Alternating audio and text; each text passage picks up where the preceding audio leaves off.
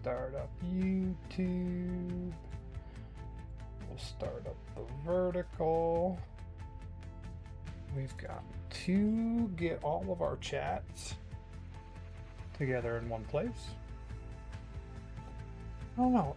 On my webcam, my shirts seem to like change color, and red is more red, and green is darker. It's strange.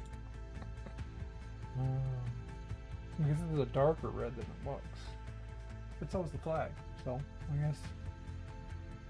Do I have a filter on it? Okay, minimize that one. Let's check to make sure everything's working. 1, 2. Did those two show up? Okay. What's going on with YouTube? Oh, that's why I've got to go there.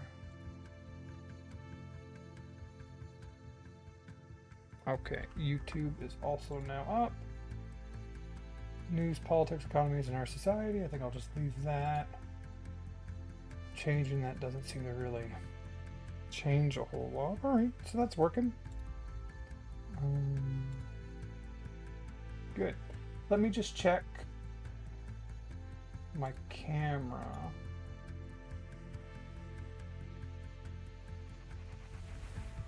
How do I pull up?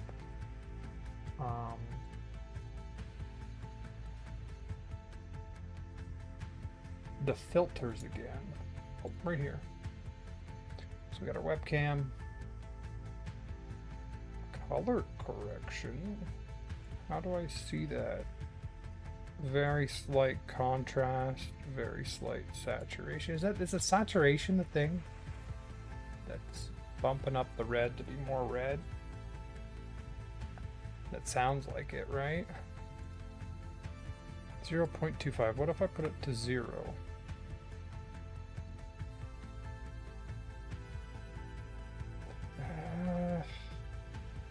I like a little bit more saturation, but we're gonna leave it lower than it was.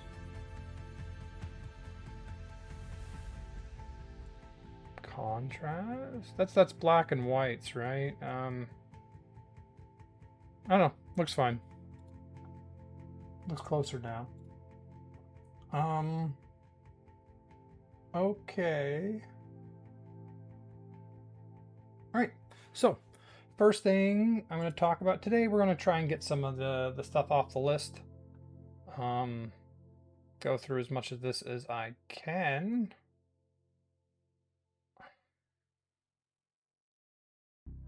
Yeah.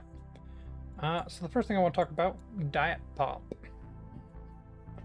This is one of those things. So I remember hearing that diet pop is actually worse for you than just the sugar pop, and I was like, there's no way. And then I watched like a video on it, and from my understanding, what happens is when you drink normal pop, there's sugar in it, obviously. Sugar enters your body has an insulin response.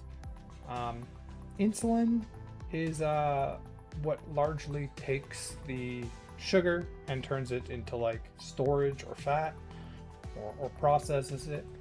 Not really sure. Hopefully it'll come up. And so what diet pop does is it's an artificial sweetener. Now, from my understanding, when you drink an artificial sweetener, it's actually the sweetness on your tongue that triggers the insulin response in your blood. Taste receptors are the primary thing that does it. And so what happens is that even though you're drinking a diet pop that doesn't have sugar, your body still has an insulin response to the artificial sweetener. And so you get insulin in your bloodstream. And then what happens is there's no, obviously there's no sugar there for it to interact with. And so it kind of just free floats for a while. And free floating insulin actually triggers a hunger response. And it's that hunger response then causes you to consume more food. And generally, from my understanding, A diet pop will have you consume more food, more calories than just having sugar in your normal drink through this insulin hunger response. And so that's my current understanding of it, but we are going to look in to see if that's right.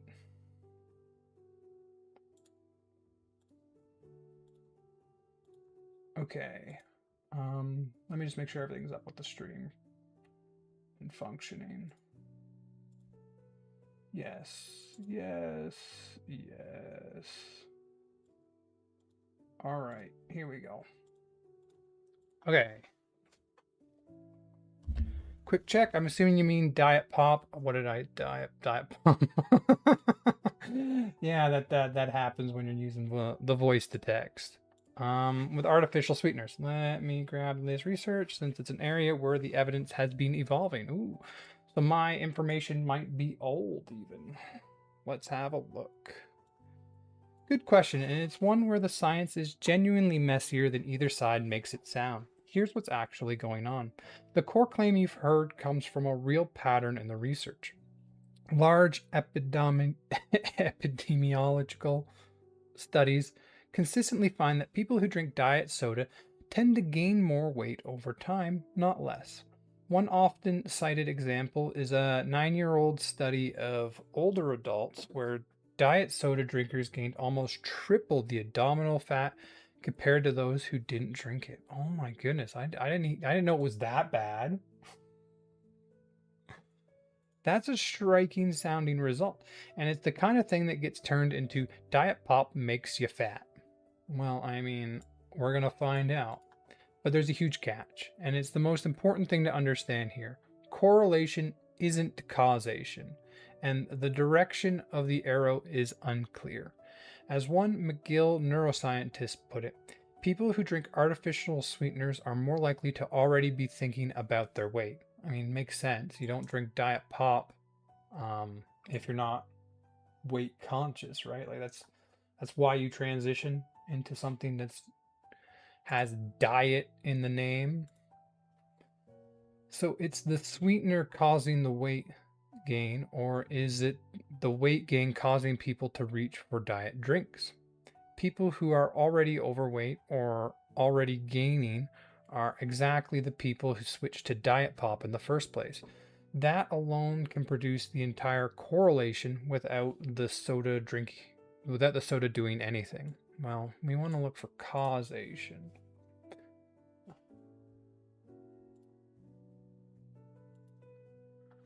That said, there are some real proposed mechanisms for how artificial sweeteners could actively contribute, which is why researchers haven't dismissed it.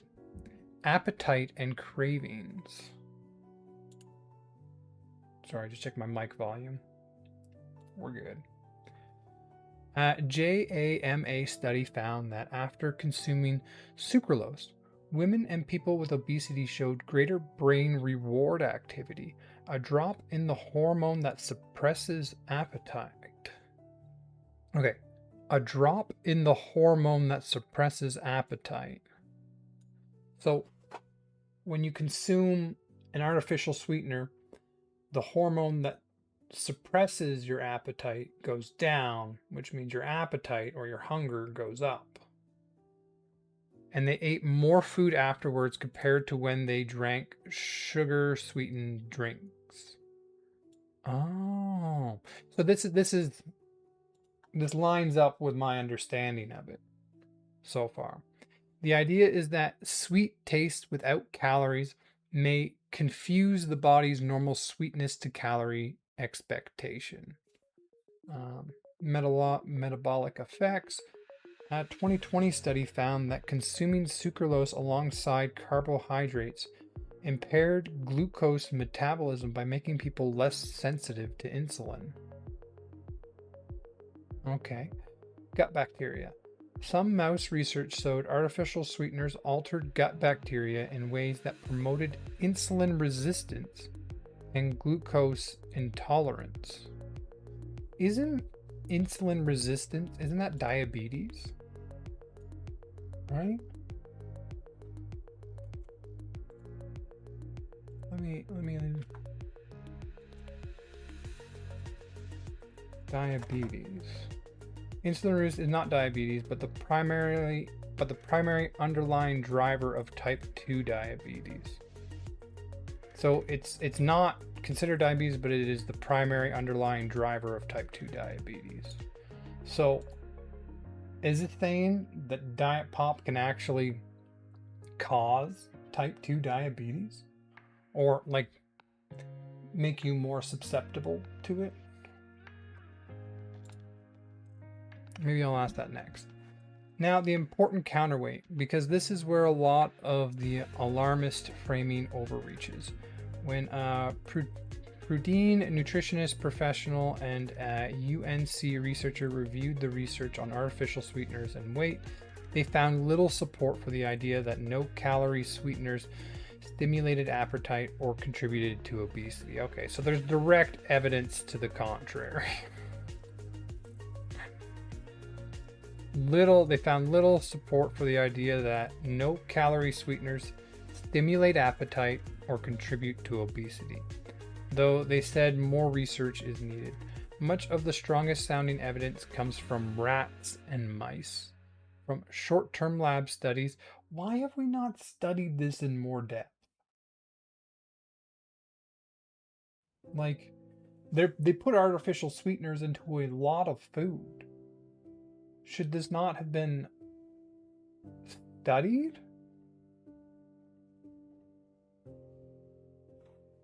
Okay. From short-term lab studies or from observational data that can't establish cause. The rigorous studies that can establish cause, randomized controlled trials, are limited and, at least in children, don't clearly show either benefit or harm. Okay, so there's no benefit or harm from them? Where the mainstream guidance has landed is cautious rather than damning.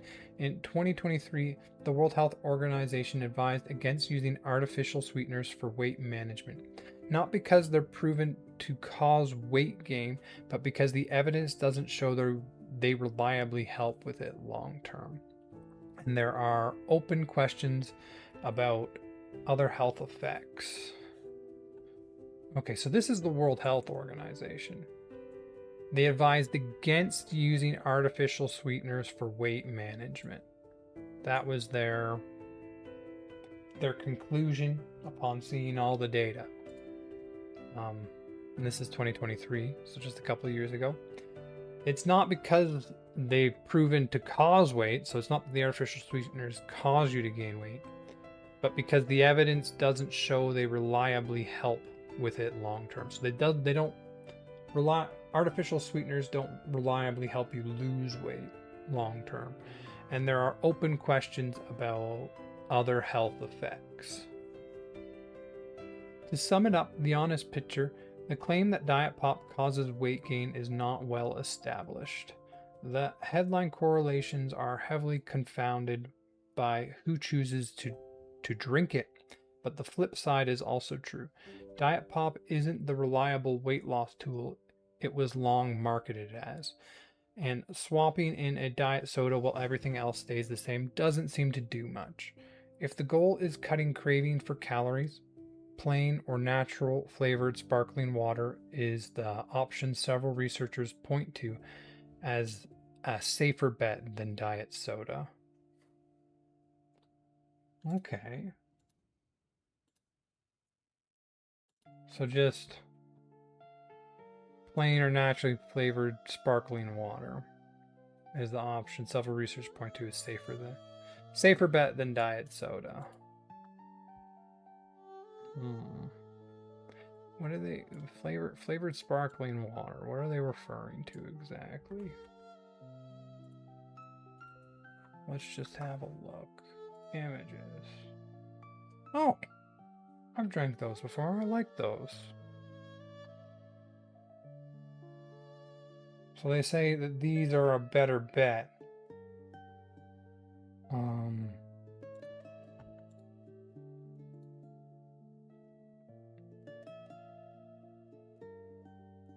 Switch to Opus. Why? Yeah. Yeah. Why?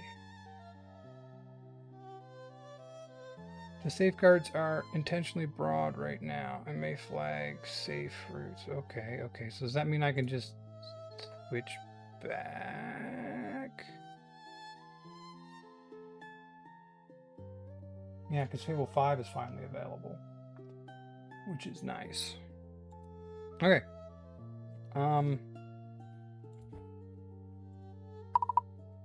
Is there any scientific evidence that flavored water is better than diet soda?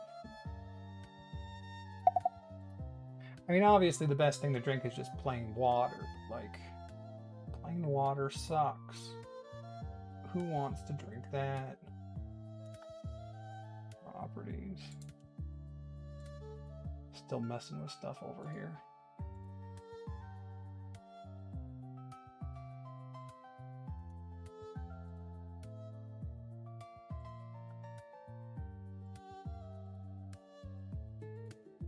Does that automatically work? It looks like it does. Okay. Let me search for what the research says. Okay. Yes, though the answer depends a lot on which kind of flavored water we're talking about. And this is where I'd flag an important distinction because not all of them are actually different from diet soda. I didn't think so. The cleanest case is plain sparkling water, just water and CO2 with no sweeteners. The evidence generally does favor it over diet soda, mostly by subtraction. It doesn't contain the things researchers have flagged concerns about. On teeth, the gap is real and measurable. Plain carbonated water, like Perry, sits at around pH 5.25, which the American Dental Association considered minimally corrosive, while diet soda contains phosphoric acid or citric acid. Okay. On the sweetener question, plain sparkling water styles said entirely. It has no artificial sweeteners, so none of the open questions about sucralose, insulin. So basically, the ones we were looking at, like these are all, maybe not these ones, but all the colored ones, basically,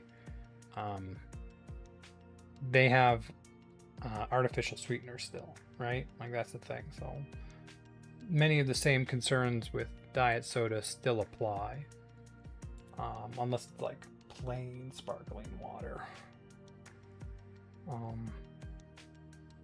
There's simply nothing there to worry about. Okay, that's really okay, but that's talking about plain. There's also a myth worth clearing up since it cuts the other way.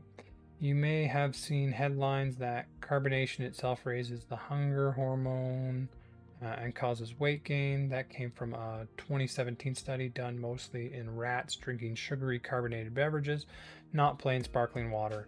And there's no evidence that carbonation alone drives hunger or weight gain in humans. So it doesn't look like there's any indication about carbonation being bad. And that carbonated water can be treated a lot like standard water, but artificial sweeteners and seem to still be a problem, obviously, in sparkling water, the same as diet pop. Here's the catch, and it's the reason I asked what kind you mean flavored water. It is a marketing term, not a defined one.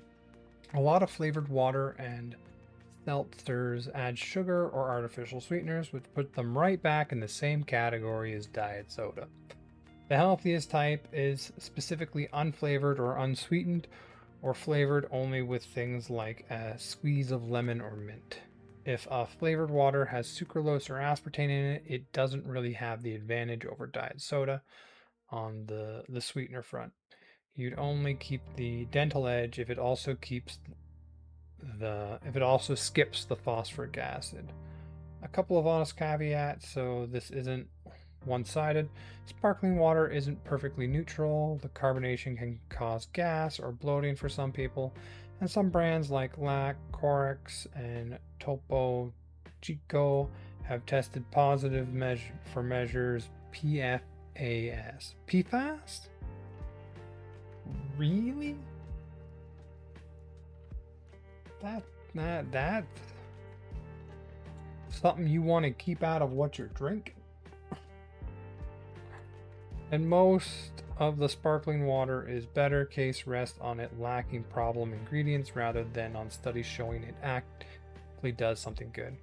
Plain still water remains the benchmark either way. It's just so plain. So the short version, yes, plain unsweetened sparkling or light flavored water has a real evidence supported edge over diet soda, mainly on dental health and by avoiding artificial sweeteners entirely. But sweetened flavored water largely erases that edge. Check the ingredient label. That's what actually determines which bucket it falls into. What evidence or what scientific studies have been done on artificial sweeteners and the effects they have on the body?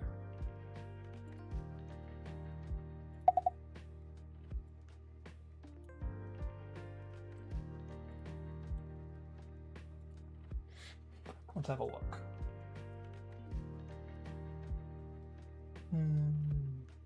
Chat. No, we want properties.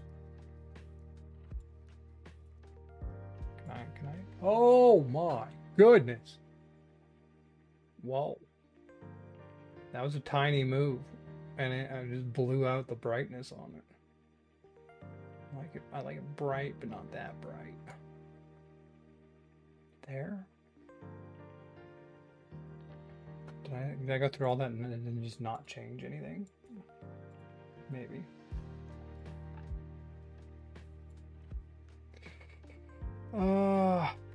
Ooh, the cancer classification and cardiovascular research, which are the other two big areas. I mean, that's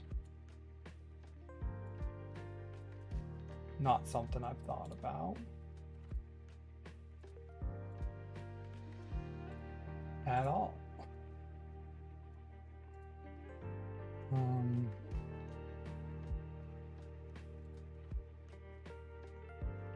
Okay.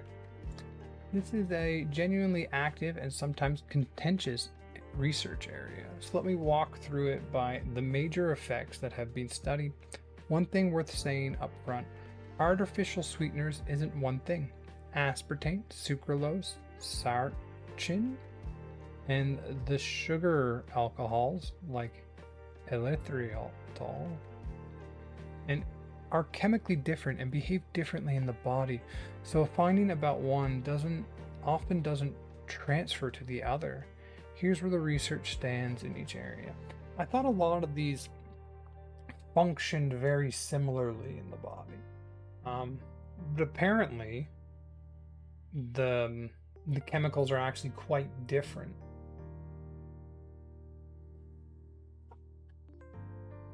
Like the two big ones I hear about are aspartame and sucralose. I thought they were basically comparable. Okay, blood sugar and the gut microbiome. This is probably the most scientifically interesting line of work. The landmark study came from Jonathan Sues and Aaron Eleven's team at the Weizmann Institute in 2014. Like, why don't we have more studies that are recent on this stuff? Why do we gotta go back so far? Like that's what, 12 years ago? Published in Nature. They found the sarchin altered the gut bacteria of mice, and again, like, it's all done in mice. There's enough people drinking this. Can't we, like, it's not like you're testing it on them, you're just allowing them to do what they would do anyway. And then getting the result. Okay. Sartrin. Okay, so this is another one. Let's hear this one, so I don't keep mispronouncing it. Ugh. Saccharin. Saccharin. Saccharin. Saccharin. They found that saccharin altered the gut bacteria of mice and induced glucose intolerance. And when they tested a small group of 7 healthy adults, 4 of them developed a poor glycemic response after 6 days of saccharin at the FDA's maximum intake, while 3 didn't. That responders versus non-responders split hinted that effects depend on your individual microbiome. Also, it can affect people differently.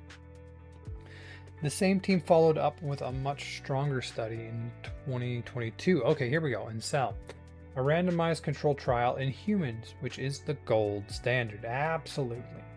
They found saccharin. Saccharin. Saccharin. I got it right. They found saccharin and sucralose each significantly impaired glucose tolerance in healthy adults, while aspartame and sativa? Sativa? Oh, isn't that some kind of weed? Stevia. Stevia?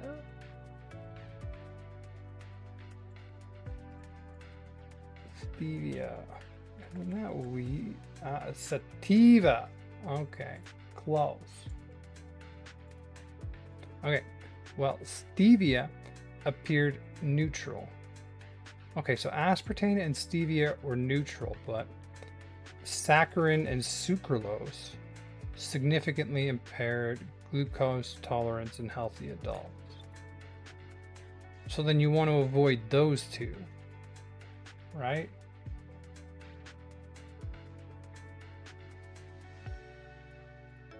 They also showed the sweeteners change the gut and oral microbiome, and by transplanting the human microbes into germ-free mice, demonstrated the microbiome changes were causally driving the altered glucose response, not just correlated.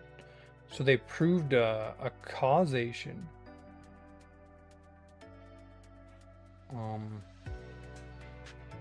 Causally driving the altered glucose response.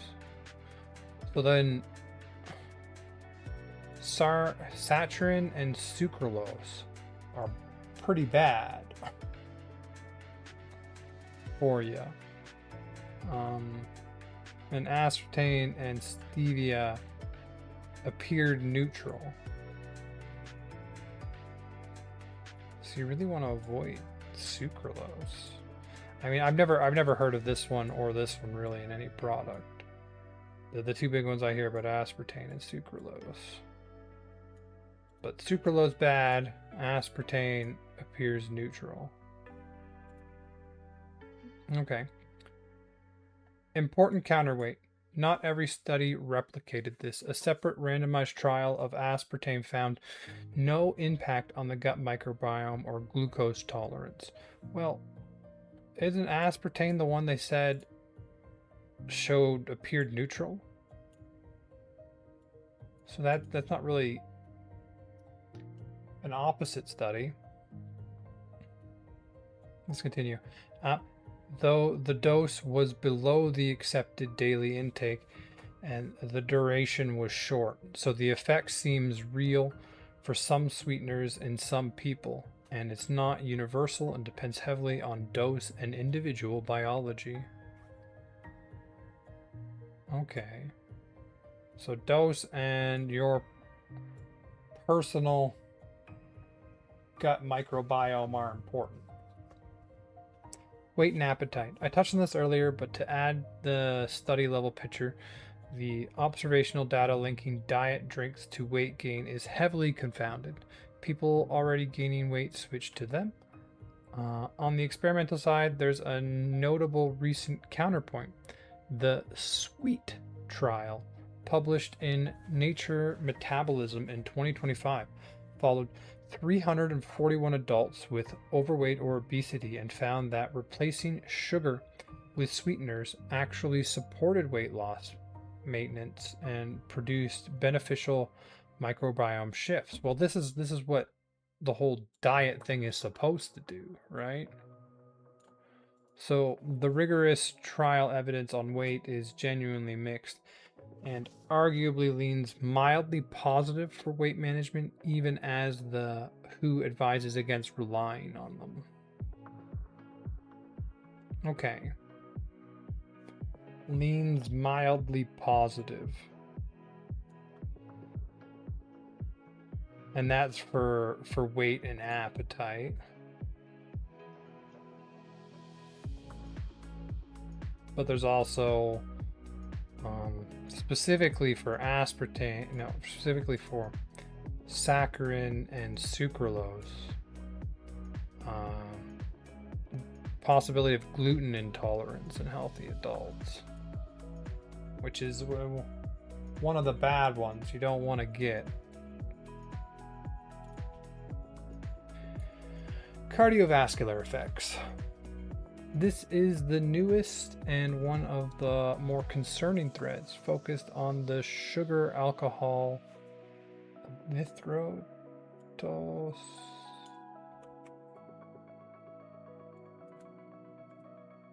Erythritol. Erythritol. Erythritol. Erythritol.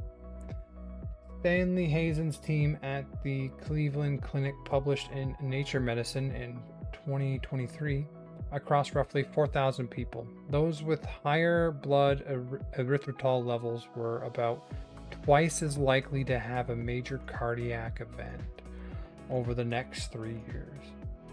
They then showed erythritol made pellets more prone to clotting in lab and animal models. What is sugar alcohol erythritol even in?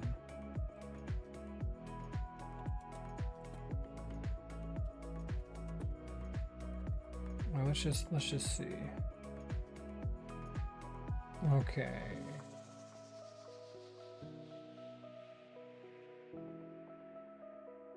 That's the clotting one. They followed up in 2024 with a human intervention study. Healthy volunteers drank a beverage with 30 grams of erythritol, less than in a typical can of some zero sugar sodas, and their blood erythritol shot up over 1,000-fold, with clear increase in platelet clotting activity in every single subject. A comparable glucose drink produces no such effect. The researchers were careful to call this an association that needs confirmation, and it's worth noting erythritol is widely used and generally regarded as safe by regulators, but they've explicitly called for its safety classification to be re-examined. Ooh, where is this? Erythritol shows up in a lot more places than most. Okay, well, we'll have to get to that, because that one, they're calling for its safety classification to be re-examined. Cancer, the aspartame classification. In July 2023, the WHO International Agency for Research on Cancer classified aspartame as possibly carcinogenic to humans. What? This was the one that wasn't causing the problems. So you got one that increases your glucose intolerance, and the other one, sucralose, increases glucose intolerance, and aspartame, oh, it's possibly a carcinogen. This got a lot of alarming headlines, but the details matter a lot. Okay. Group 2B is the weakest maybe category, the same tier as aloe vera extract and pickled vegetables. It reflects the strength of evidence, not the size of the risk. The classification rests on limited evidence, especially 3 human studies suggesting a link to liver cancer. Crucially, on the same day, the WHO Separate Risk Assessment Committee reaffirmed the existing acceptable daily intake, concluding a 70-kilogram adult would need to drink somewhere around 9 to 14 cans of diet soda per day to exceed it. Oh, well, I mean, like, that is a lot. That is a lot. So very, very weak possible carcinogen, and you'd have to consume a large number of cans, 9 to 14 cans of diet soda per day, to exceed acceptable daily intake. I mean, like, I'd never get anywhere near that. The US FDA openly rejected the classification, and some researchers argued the evidence was actually more consistent with the even weaker group 3, not classifiable, noting reverse causality and confounding couldn't be ruled out. Okay, so that one's really up in the air. But generally, like, I take what the World Health Organization says seriously. It's usually just a good idea. But to exceed existing acceptable daily intake, you'd have to drink around 9 to 14 cans of soda per day. I doubt very many people do that. Like, you'd have to be drinking it like water. And even then, I don't think you drink that much of it in a day. The honest bottom line across all of it. A few patterns hold up when you step back. The strongest mechanistic... Oh, God. Why do they do this? Mechanistic. Mechanistic. Is that just like the mechanism?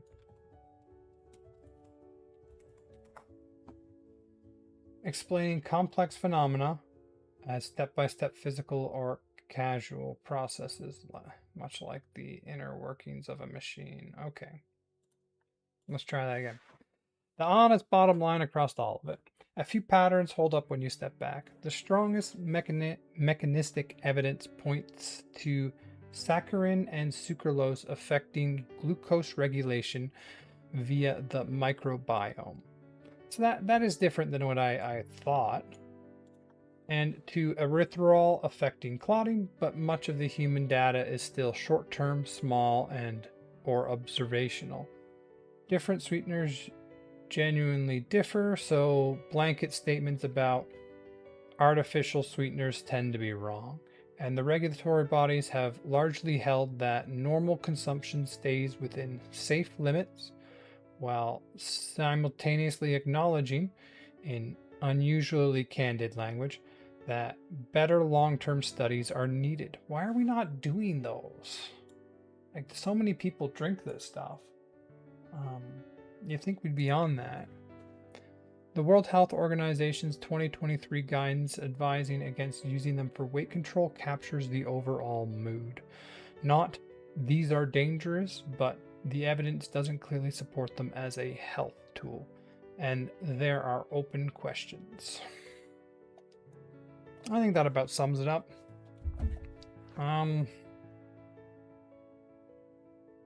Yeah, I feel like this is an area there should be far more research on. Just because of how much it's gotten into the, like how much, diet soda people drink out there, right? And how much just artificial sweeteners in general have made their way into the food supply. I mean,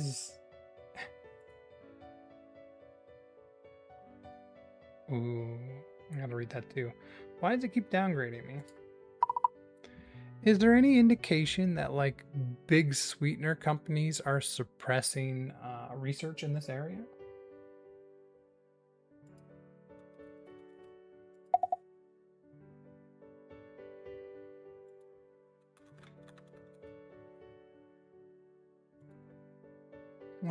Let's have it look into that. Because they're generally like, there was some evidence about sucralose causing glucose intolerance, which that one can be scary.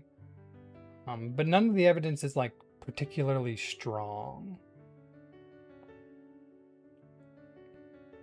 Erythritol also caused clotting. But I mean, it pretty much it sums it up with the guidance advising against using them for weight control captures the overall mood. Not these are dangerous, but the evidence doesn't clearly support them as a health tool, and there are open questions. I think that pretty much sums up the whole thing on our official sweeteners. Let's see what erythritol is even in. Okay, erythritol shows up in a lot more places than people expect, which is part of why the cardiovascular findings caught researchers' attention. It's easy to consume without realizing. Here's where it turns up. The biggest category is products marked as sugar-free, zero sugar, low carb, or keto. It's one of the most popular sugar alcohols precisely because it's about 70% as sweet as sugar but contributes almost no calories and doesn't spike blood sugar, so it's a go-to replacement in the whole product class. Concretely, that means things like protein bars, low calorie and diet soft drinks, low carb baking mix, sugar-free candy, and gum. How do you have sugar-free candy? Oh, gum. Okay, I've heard of sugar-free. And various keto snacks. Sugar-free candy? What?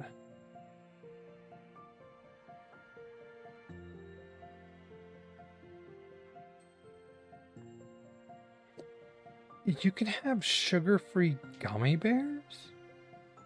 I thought they were basically just sugar.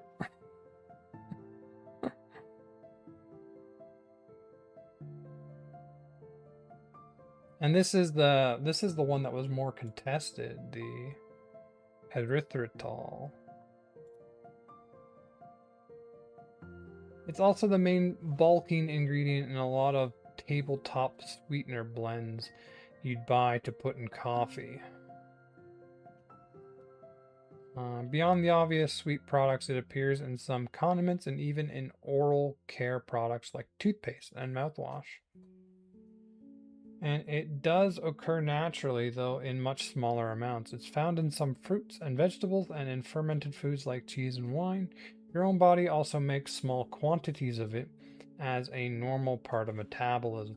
So this is one of those things that, like, pretty much all sweeteners, you don't want to cross a certain limit of it. But like most things are like that. That natural background, like eating too much of pretty much anything can cause issues. But obviously there's more of a concern around certain sweeteners. That natural background is one reason the safety debate is nuanced. The concern from the Cleveland Clinic work isn't trace natural amounts, but the fact that consuming it as an added sweetener pushes blood levels far above what the body normally produces. In their intervention study, blood erythritol rose more than 1,000 folds after a single sweetened drink. The practical catch is that it's genuinely hard to spot. Labeling required for sugar alcohols are minimum, so it's not always broken out cleanly on a nutrition label. Your best bet is scanning the ingredient list and using rule of thumb, and Cleveland Clinic research points out, is to watch for ingredients ending in all. Erythritol, xylitol, maltitol, sorbitol, which flags the sugar alcohol family generally. Okay. I don't really like the sounds of this one. Like, this one sounds newer. And it sounds like it's getting put in a lot of things. I don't like it. And this one is known to have 1,000-fold. The blood erythritol rose more than 1,000-fold after a single sweetened drink. Like that's a big change. That is going to have effects, and it's like it affects clotting as well. Okay, Is there any indication that big sweetener companies are suppressing research in this area? Like, we saw this. Big oil suppressed information about climate change. Cigarette companies suppressed information about how bad cigarettes for them. Usually, if you see large business funding studies that just magically say what favors the large business, there's a problem there. Like, if they're paying people, like scientific professionals, to lean their way, that's something that you need to take another look at. So let's see. There's strong documented evidence of the industry skewing research in this area. Oh.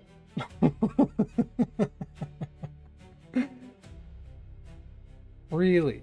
Funding bias and undisclosed conflicts of interest are well established in peer-reviewed analysis.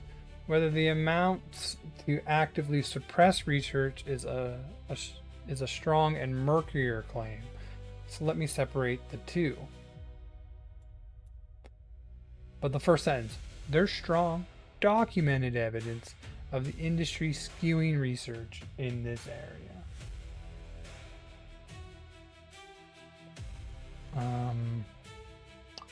That's not a good sign. What's clearly documented? Funding bias. The most striking piece is a 2016 systemic review in Polis 1 by researchers from Johns Hopkins, UCSF, and the University of Sydney, who claimed 31 reviews of artificial sweeteners' effect on weight. The pattern was stark. Okay, so they examined 31 reviews of artificial effect of sweeteners on weight. The pattern was stark. Industry-sponsored reviews reported favorable results in 3 of 4 cases, versus only 1 of 32 non-industrial reviews. So basically, 1 non-industrial review posted positive results, and out of the sponsored ones, 75% of cases said that artificial sweeteners were positive. That is a large difference. A relative risk of about 17. Every single review funded by a competitor industry, like the sugar industry. Oh gosh, I didn't even think about competitor industries. Like, they're taught they would want the opposite results. How do we get good data in this environment? Okay, every single review funded by a competitor industry, like the sugar industry, reached unfavorable conclusions, and reviews by authors with financial ties to the food industry were far more likely to conclude favorability than those without such ties. The conflict of interest reporting was also poor. And so you can't identify if this scientific study has a conflict of interest. But if it's funded by the artificial sweetener industry, usually positive. Is it funded by outside the artificial sweetener industry? Almost always negative. So this is not a good system. In 42% of reviews, authors' financial conflicts weren't disclosed, and many included no disclosure statements at all. One of the lead researcher, Professor Liza Barrow, had said the transparency in this corner of nutrition science lags behind other fields, and that industry claims should be treated with skepticism because studies seem to respond to sponsors' demand to exaggerate positive results, even when the methods themselves are standard. The aspartame specific numbers people cite are even more lopsided.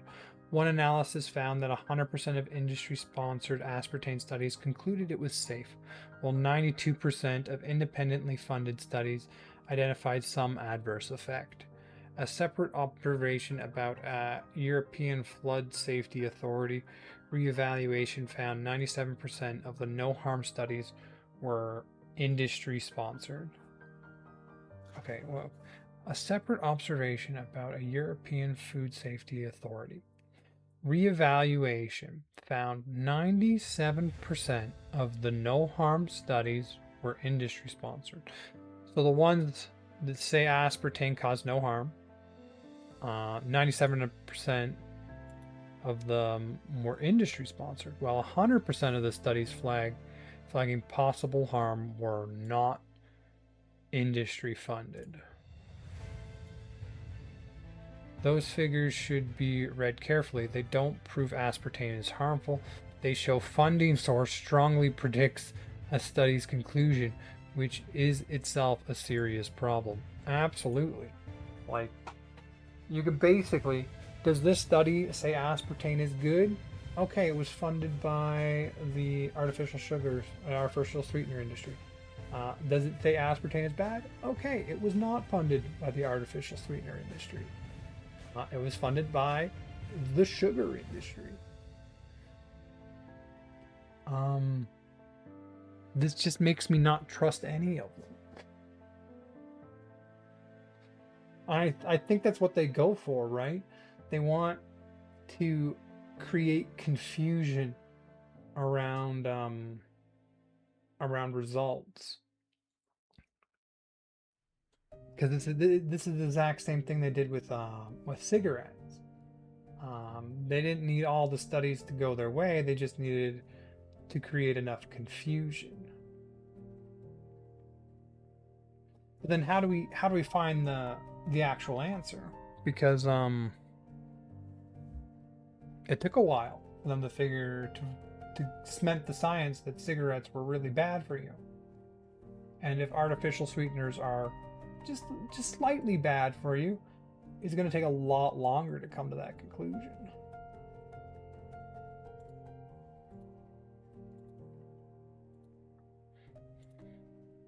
Okay, the important distinction. None of that is quite the same as suppression. Hiding, burying, or preventing unfavorable research from being done or published. Yeah, they're just funding positive studies so that there's negative studies and there's positive studies, so they can be like, oh, we don't have results. The question is still up in the air. The documented phenomenon is subtler and, in a way, more effective. Funding shapes which questions get asked, how studies are designed, and how results get framed, and which review flood the literature. You don't need to suppress or inconvenient finding. You don't need to suppress an inconvenient finding if you can fund a larger volume of reassuring studies around it. This is the same playbook well documented in tobacco and sugar research, and the sweetener literature shows the same fingerprints. They learned from the tobacco industry. There's also relevant context in the recent aspartame episode, when the World Health Organization's Cancer Agency classified aspartame as possibly carcinogenic. In 2023, the industry pushed back hard and the FDA publicly rejected the classification. That's lobbying and public contention, which is out in the open rather than suppression. Reasonable people disagree about where legitimate scientific critique ends and industry pressure begins. So that was probably true then. If there was a massive push by that industry to get them to change it, then I'm probably going to lead on the World Health Organization here that aspartame is possibly carcinogenic. Yeah. How to read this as a consumer. The honest takeaway isn't there's a cover up, it's that you should weigh the funding source heavily when you read any single sweetener study. Check disclosure statements and lean towards independent research, like the Wiseman microbiome work or the NIH funded Cleveland Clinic erythro studies I mentioned earlier. Okay, so the ones we read about earlier were independent, but at the same time, it admits there's disclosure problems.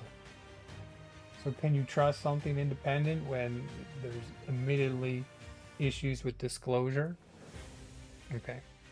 Which weren't in, I mean, it says it weren't industry sponsored.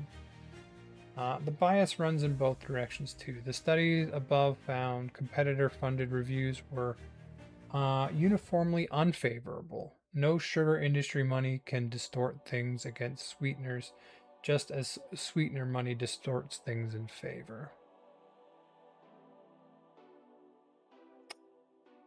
So, what we read earlier about the Wiseman and the Cleveland Clinic, as far as we can tell, those are independent. Even if there's disclosure problems, that's our best guess. And they found, how far up do I have to go to get back to this? Shot up over 300%. They found, oh, I'm way off course. That sucralose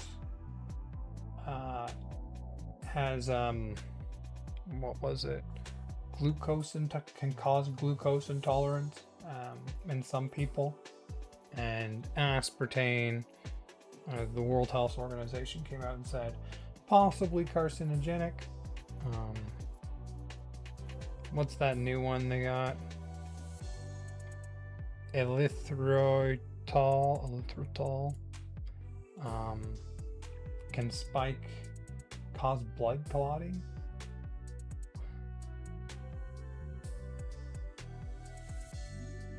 Yeah, this is like, this to me has a lot of the same signs of a cover up as the tobacco industry or the sugar industry. They said it, they got the same fingerprints. This is the same playbook well documented in tobacco and sugar research, and the sweetener literature shows the same fingerprints right there. That makes me very concerned about artificial sweeteners. It doesn't look like with tobacco, the harm was so prevalent. And with sweeteners, it looks like it's a much lower level of harm, which is actually making it more difficult to get like a consensus. And the closest they've been able to do is that the World Health Organization has come out and classified aspartame as possibly carcinogenic. So I'd probably trust the World Health Organization here. I mean, it looks like artificial sweeteners is not the nice cure-all to having sugar in drinks, which sucks because plain water sucks.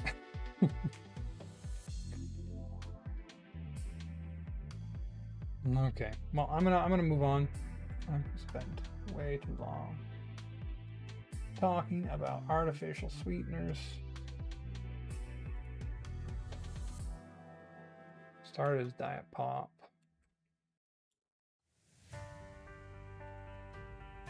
Okay. So.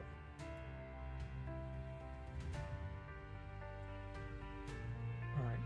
So the next thing I'm going to talk about is I want to look at, everyone talks about GDP. And like GDP is so important to a country and it shows growth. And so I want to look at ways to grow GDP, specifically Canadian GDP, but probably good for every country. I know in the US, the AI data centers and AI has caused a lot of growth. Um, but outside of that, their economy has actually been pretty flat. So I want to see what kind of options could be used to grow Canadian GDP. Table 5. Let's max this one. If you were an advisor to the Prime Minister of Canada, what options would you recommend to grow the Canadian GDP? Let's see.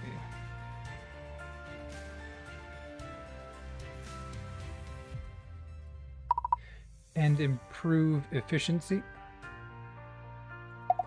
No, it's not efficiency. What's the word I'm thinking of? Productivity. Productivity.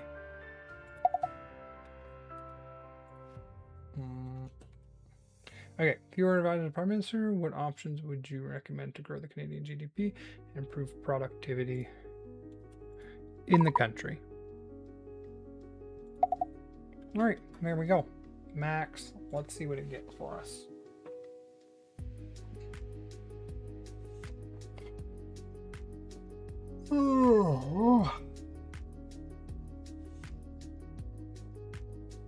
Recognizing substantive policy analysis needed for Canadian economics. Okay, we will let you do that. Let's see while you think if any news shows up as important to me. Despite Ottawa deal, BC still against pipeline, says Ebby. Oh, that's like a whole documentary. U.S. declined to renew CUSMA. I mean, that's kind of expected. I don't think the Trump administration is going to renew it at all. Like, you probably got to wait 2 years until a new administration gets in. Why researchers are heading to the wreck of 2 Polar Explorer ships. Oh, I remember hearing of that. I don't know why. Canada's massive military buildup, part 1. Front burner. Ooh. They finally hit their 2% target. Extreme heat in central eastern Canada prompts alerts, event cancellations. Maybe I'll watch that one because I was talking about the heat wave over in Europe, and it looks like we're getting a heat dome of our own.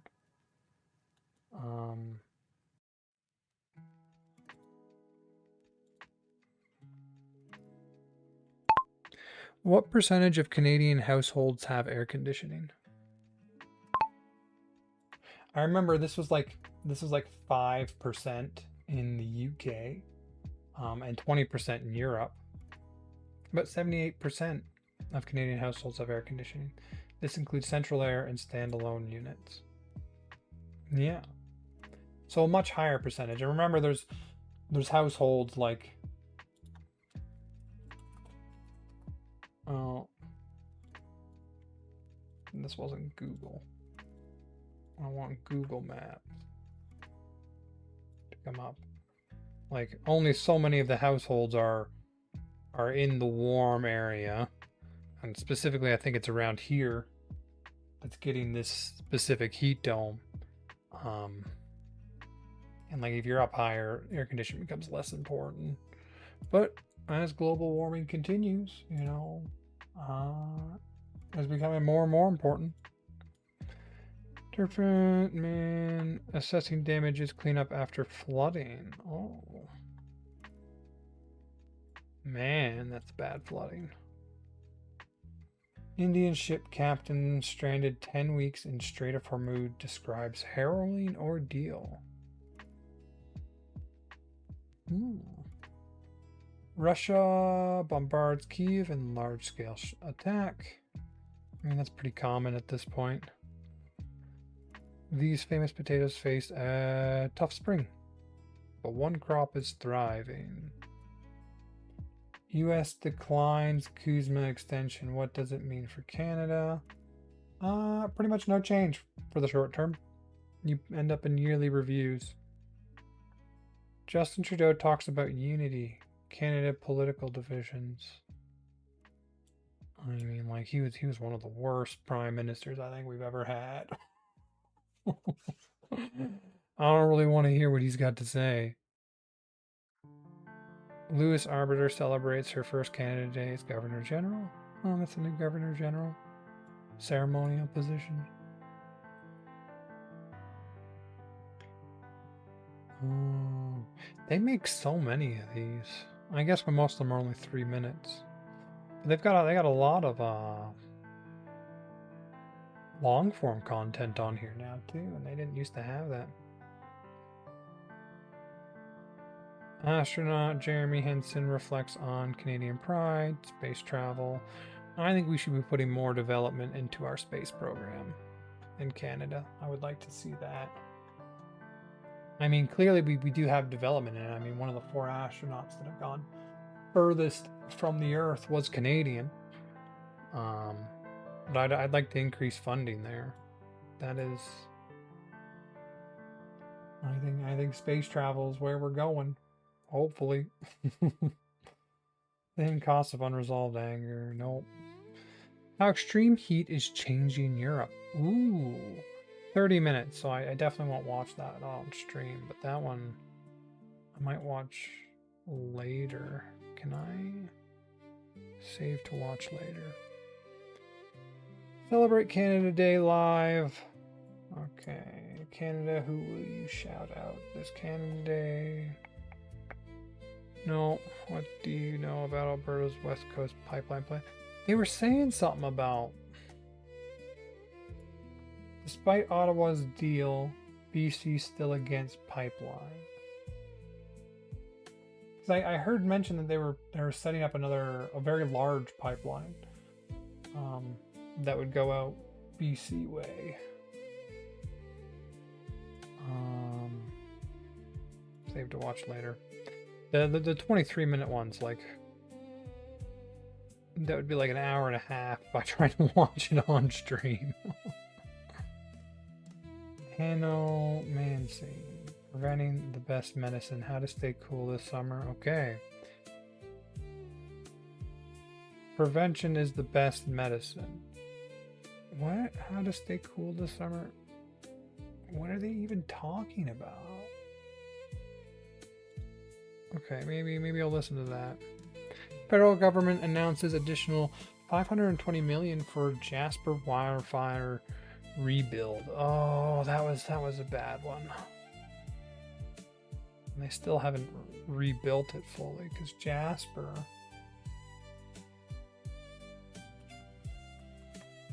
Let's pull that up. So that's the town of Jasper. Lots of railways. Oh, okay. So they're, yeah, I live up over here, and they faced the wildfire a year ago, I think.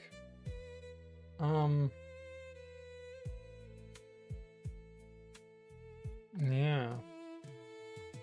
Beautiful place. But like right in the mountains. Can we throw this down somewhere? It has like a lookout point.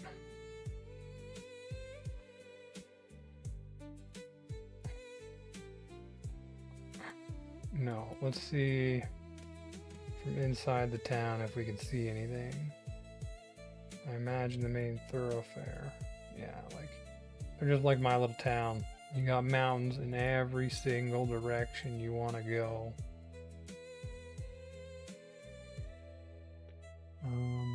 Okay, let's get back to what we're talking about. So, if you were an advisor to the Prime Minister of Canada, what options would you recommend to grow the Canadian GDP and improve productivity in the country? Let's see what it comes up with. Fun thought experiment and a timely one, because Canada's problem isn't really GDP growth in the aggregate. Rapid population growth kept headline GDP positive through 2022-2024, while GDP per capita actually shrank. The output per hour worked its okay. The output per hour work sits around 70% of US levels. So that means we're 30% less effective. A Canadian worker is 30% less effective in production for every hour they work compared to an American worker. A gap that's been widening. The Bank of Canada was blunt enough to call it an emergency. The diagnosis is fairly consistent across economists. Canadian firms invest roughly 55 to 60% per worker for every dollar American firms invest. Business R&D runs at about half of the OECD average as a share of GDP. Key sectors are oligopolies. Projected approvals are glacial, and the internal market is fragmented across 13 jurisdictions. So my memo to the MP would look something like this. The issues look bad when you lay it out like that. So Canadian workers are only about 70% as productive as American workers. That, in my opinion, largely stems from the 55 to 60 cents per worker for every dollar America's firms invest. Like, you invest 60% and you get 70% productivity. I mean, if you invest 100%, you should get 100% productivity. The issue you're going to run into is that this is a systemic long-term thing. And productivity and investment tends to build on investment.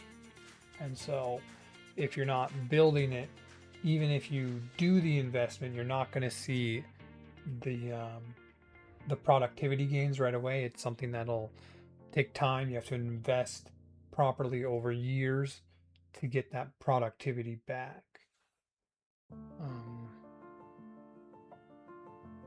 And so that makes it less appealing, I guess. And so they're having an issue with it. Okay. Let's see. Number one, actually finish internal free trade. Yeah, this is something like they keep trying it and it keeps running into issues. Bill C9 knocked out the federal barriers, but those were the small slice. The provinces hold most of the levers. Push mutual recognition as the default. If it's legal to sell or practice in one province, it's legal everywhere. Full credential portability, harmonized trucking routes, direct to consumer alcohol. Estimates of the long run payoff range from a few percent of GDP to 200 billion a year, and it's the rare policy that costs the treasury nothing. Use infrastructure transfer as leverage on holdout provinces. Okay, so push mutual recognition as the default. If it's legal to sell or practice in one province, it's legal everywhere. This is an issue. Like they knocked out, as I said, Bill C5 knocked out the federal barriers to interprovincial trade, but a lot of the barriers are provincially based. I remember watching a video on if you are shipping certain goods from, I can't remember which province it was, but you literally have to change trucks from one province to the other because of the regulations in the other province. And it's just a massive hassle and a massive cost to trade and shipping. And a lot of that still exists and hasn't been dealt with. And this largely stems from, the Federation, right? Like, it is a collection of provinces and territories. Canada is, and so the provinces and territories are given a lot more power than like a state in the United States would have, and it has caused a lot of actual barriers to show up, and so at least from a federal position, knocking out the federal barriers isn't enough. You need the provinces to knock out the provincial barriers as well. And it's recommending to use infrastructure transfers as leverage for those that do not want to, you don't want to get rid of your interprovincial barriers. Okay, we won't give you the infrastructure money. I mean, makes sense. That's, it would be very beneficial to have what is basically free trade. We talk about free trade to the United States all the time, and yet there's so little actually talked about when it comes to interprovincial free trade. And although you technically have it, provinces have thrown up so many barriers that in practice, you don't.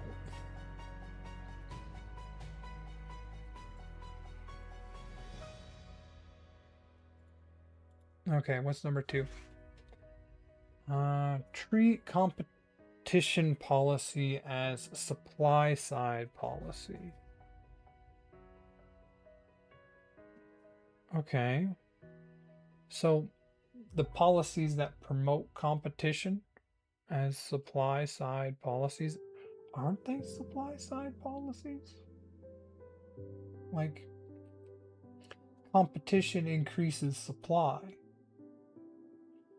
Because creating competition doesn't affect the demand side of it, right?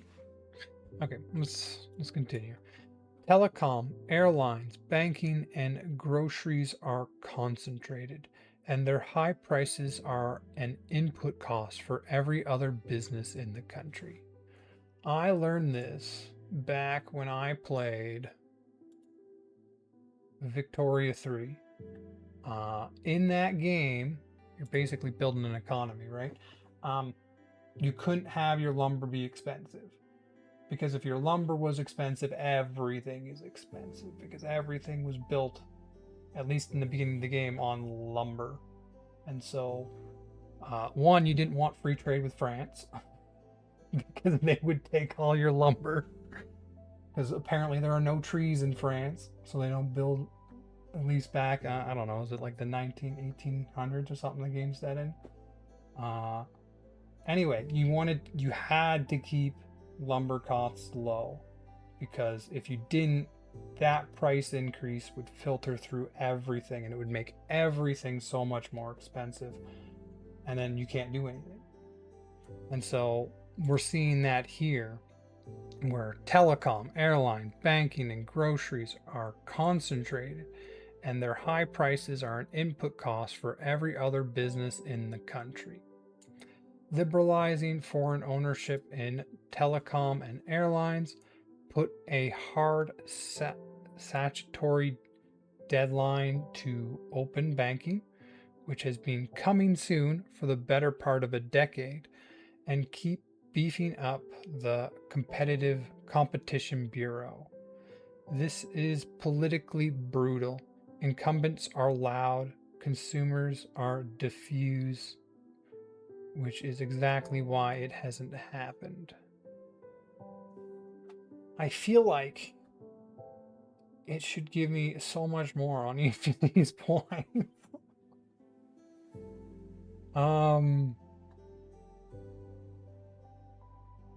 Consumers are diffuse. What?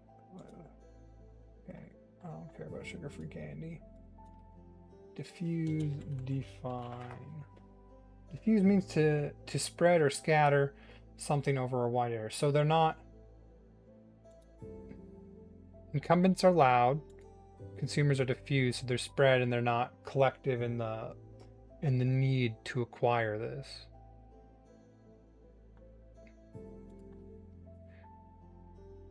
Okay, we're gonna take it off.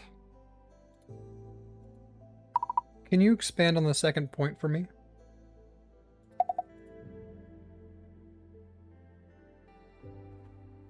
Because the first one didn't make sense. It's just getting provinces to actually remove their own trade barriers, and you use the infrastructure transfer as leverage on holdout provinces.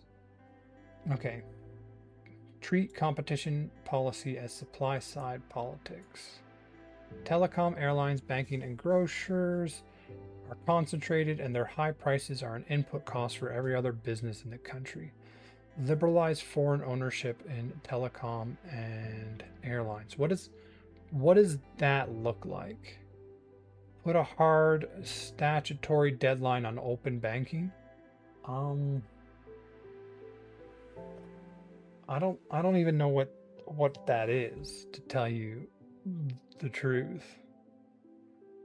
And keep beefing up the Competition Bureau. This is politically brutal. Incumbents are loud, consumers are diffuse, which is exactly why it hasn't happened. Okay. Happily, competition is arguably the most underrated lever in the whole list, so it deserves the deep dive. Okay. We will look at that. Competition, obviously, it's so important. Like, if you end up with oligopolies, you can try to regulate them and make it more fair to a consumer, but oligopolies, they fundamentally hate competition. They'll fundamentally destroy competition, and if you allow that to happen, and it will make the society worse. And I think we see this specifically, from my understanding, in banking. There's a lot of oligopolies that are in banking, and it's just terrible for the actual consumer. Why concentration is a productivity problem, not just a consumer problem. The intuitive complaint about Canadian oligopolies is prices are too high, but the productivity mechanism is deeper and works through 3 channels. First, input costs. Telecom, banking fees, air travel, and payment processing aren't just consumer expenses. They're line items for every business in the country. A startup in Saskatoon, paying some of the highest wireless data prices in the developed world, plus elevated interchange fees, plus expensive domestic flights to meet consumers, is carrying a tax that its American or European competitor isn't. Second, the innovation incentives. Firms in comfortable oligopolies don't need to invest or innovate to protect margins. That is very important, because we have an investment problem. We invest 55 to 60% for every dollar an American company invests. Like our company. So, like, comparatively.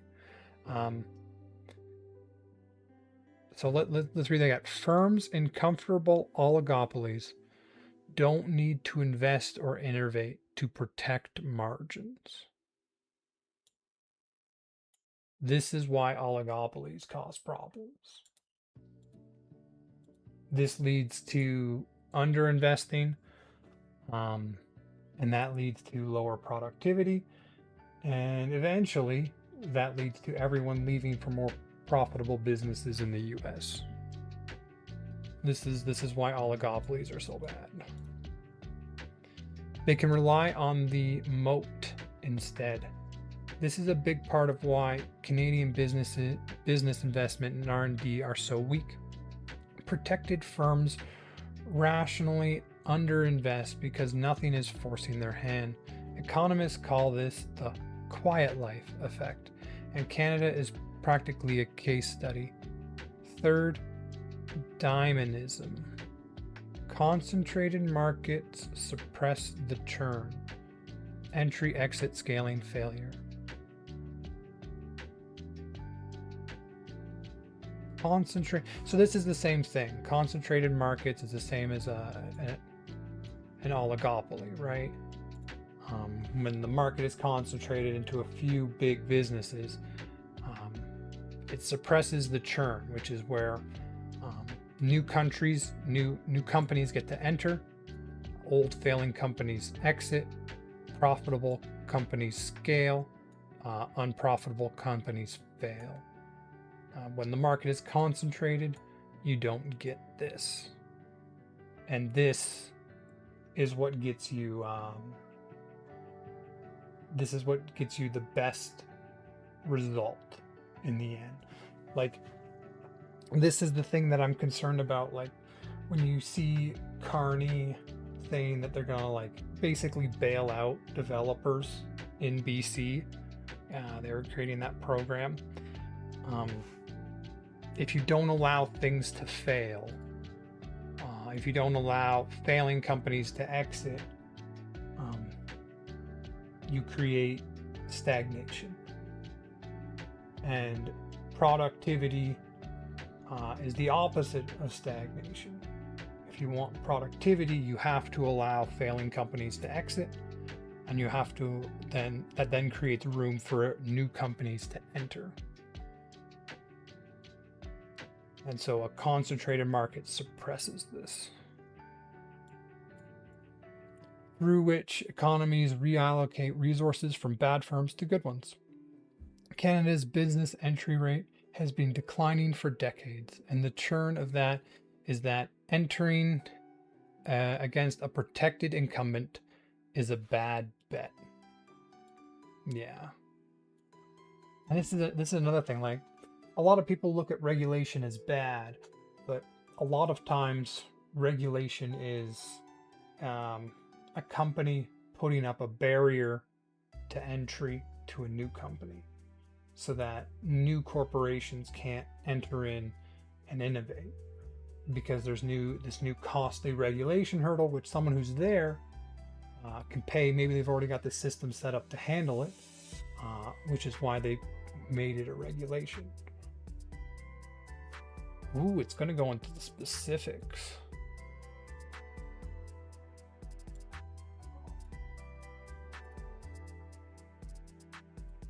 Okay.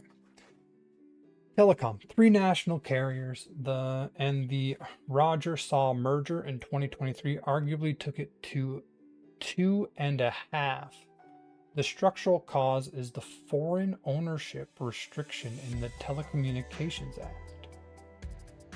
Carriers with meaningful market share must be Canadian controlled, which means no Verizon, no T-Mobile, no Vodafone can enter and discipline pricing. I was looking at that. Like, in the US, there was this ad that I was just watching from YouTube, and it's like, oh, this new phone plan coming out, $15 a month. Look at this new carrier. And I was like, well, that's crazy. And I looked it up, and you can't get it in Canada. And apparently that is a regulation by the Canadian government that protects the Canadian carriers. So you have to pay like 50 to 60 a month rather than being able to pay 15. All because of Canadian government regulation. Like, that is crazy. And that, as they say, like, that is now an input cost on everything. You start a business, you have to pay that input cost. Every citizen has to pay that input cost. And it prevents low-cost companies from entering the market.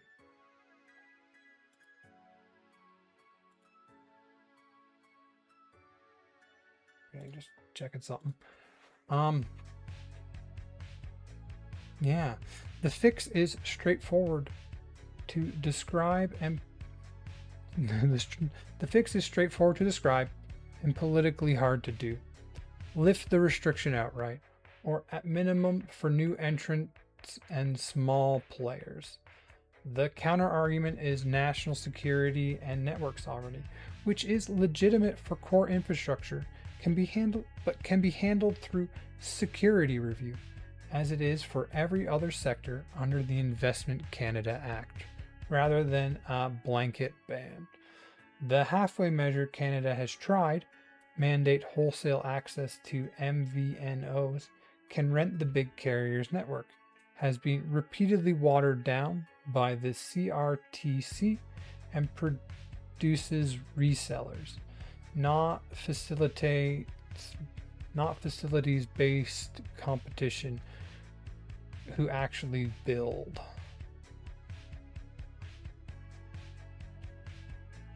Okay, well that one's just a problem. How come they haven't fixed this one? Like getting telecom to Canadians for cheaper, like that should be something the government should be trying to do. And if they can do it for $15 in America, why is it like 50 to 60 in Canada? Like it makes no sense. This one makes no sense to me. Like why are they doing it like this?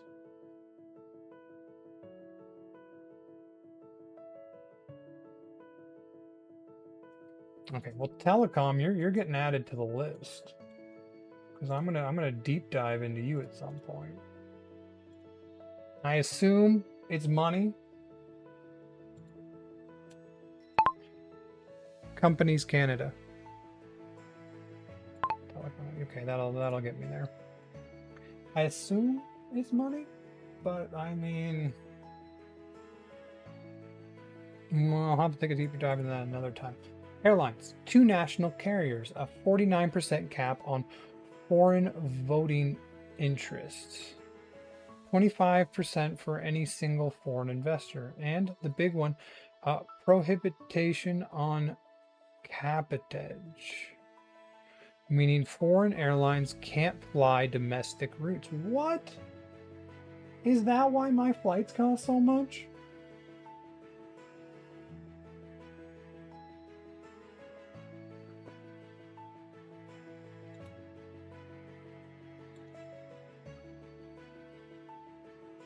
I mean, I haven't been to the US in a while. Let me check something.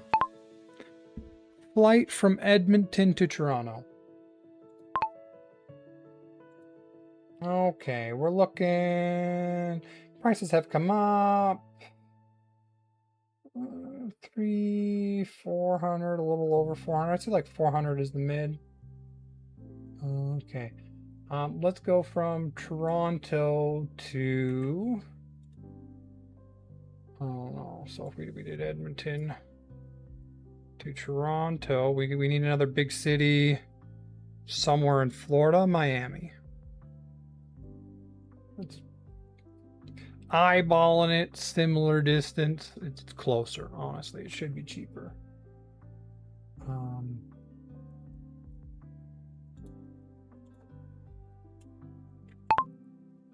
Miami. Okay, what?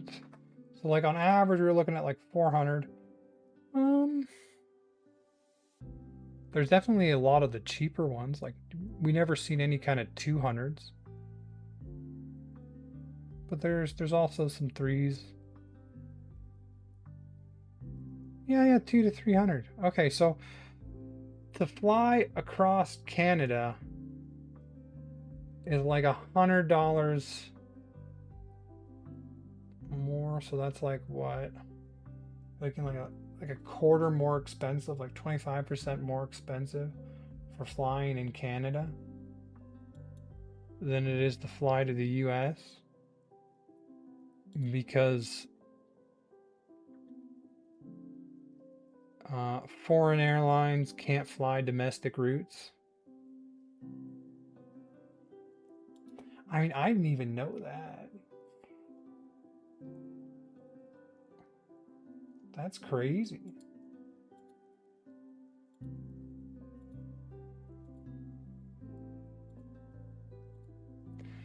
Okay. Ryanair cannot fly you from Calgary to Toronto at Ryanair prices. That's illegal. The result is some of the highest domestic fares per kilometer in the developed world and a graveyard of failed discount entrants. Linked Swoop Flare perpetually struggles. Who couldn't achieve scale against incumbents who can cross subsidize from protected routes. Full cabbage. What the heck is this word? Let's full cabbage. Cabotage. Cabotage. What the heck is cabotage?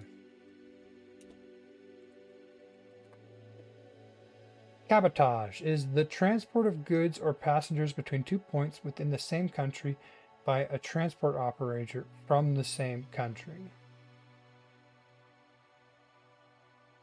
Okay, so full cabotage means domestic routes. Domestic airlines must create the domestic routes, right? That's cabotage, I think. Full cabotage is probably a bridge too far politically. Okay, so full cabotage. Maybe, okay, I assumed, and now I don't. Cabotage is the transport of goods or passengers between 2 points within the same country by a transport operator from another country. Okay, I read that differently.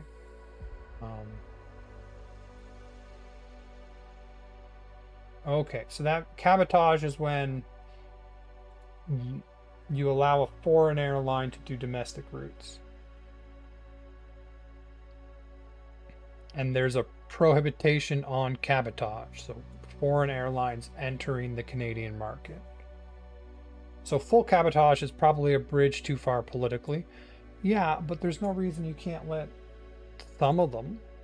But you could unilaterally open it for routes incumbents underserved, northern and regional routes especially, and raise the ownership cap to genuine majority control so a foreign carrier could actually buy and scale a Canadian discount airline.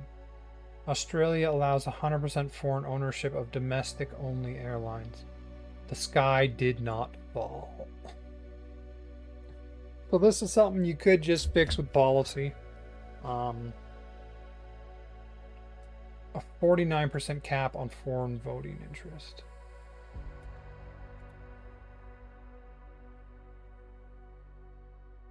Australia allows 100% foreign ownership of domestic only airlines. The sky did not fall. It probably got cheaper. Okay, I gotta make this its own section.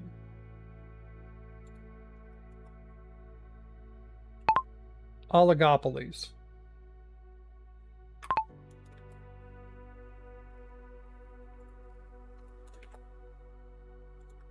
Because I'll get back to these at some point. Airlines.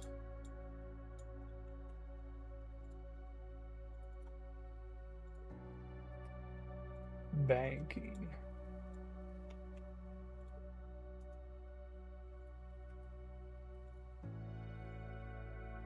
Groceries.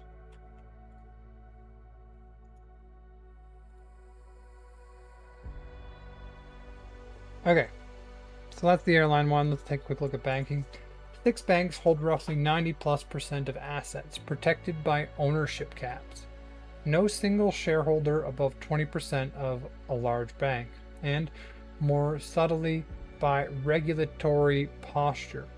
OSFI is very good at stability and historically indifferent to competition. The stability is real and valuable. 2008 proved it. But the price is one of the most comfortable oligopolies anywhere. high fees, sluggish product innovation, and a fintech sector that mostly can't get at the incumbents' customers. The single highest leverage fix is open banking, consumer direct finance, mandating that banks let customers share their own financial data with competitors via secure APIs. This lets fintech compete for lending, budgeting, and payments without needing a branch network, and it makes switching costs collapse. The UK mandated it in 2018. Canada has been consulting on it since roughly the same year. Budget 2024 finally legislated a framework, and the file has crawled along since. The memo to the PM says, statutory go live date, penalties for slow walking done. Pair it with real payment modernization, the real-time rail itself years late, so money movement stops being an incumbent choke point. Okay. The memo to the PM says statutory go live date, penalties for slow walking done. So they've been working on this since 2024. No, since 2018, consulting on it. Budget 2024 finally legislated a framework, and the file has crawled along since.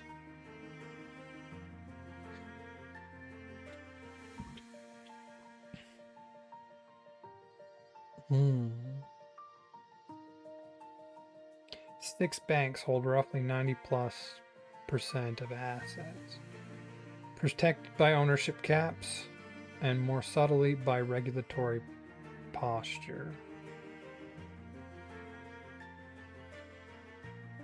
Yeah, like banking is needed for everything. Like any business you want to make. Oh, ask him how to build a 350 SBC Barcelona. What?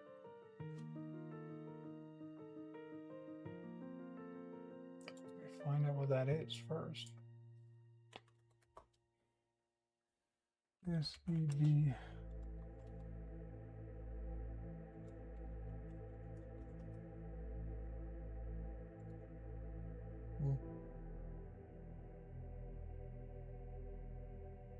Small block Chevy is a legendary engine introduced by General Motors. While he's one of the most popular V8 engines globally, it is famous for its simple design. How does that relate? I think I missed the timing on the comment.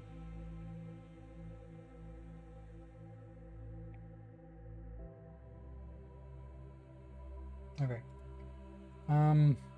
Not used to actually having someone talk. So clearly, an oligopoly in any industry causes issues, but banking is like, it's the lumber of the modern world, right? If lumber prices got too high, it would ricochet and go throughout the whole economy. If your banking prices are high, it'll affect the whole economy. And by the way, it has a dampening effect on the whole economy. Now, I don't know too much about the changes it's talking about.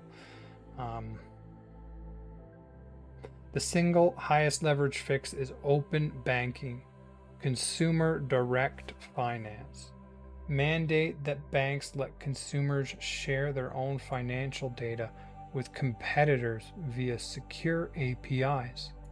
This lets fintech compete for lending, budgeting, and payments without needing a branch network, and it makes switching costs collapse.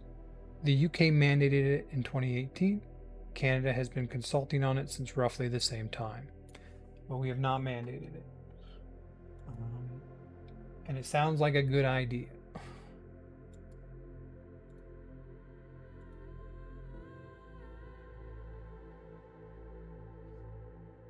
Okay, let's look at grocers. Why do we have so many oligopolies in Canada? Wasn't there like a competition bureau that was supposed to fix all this?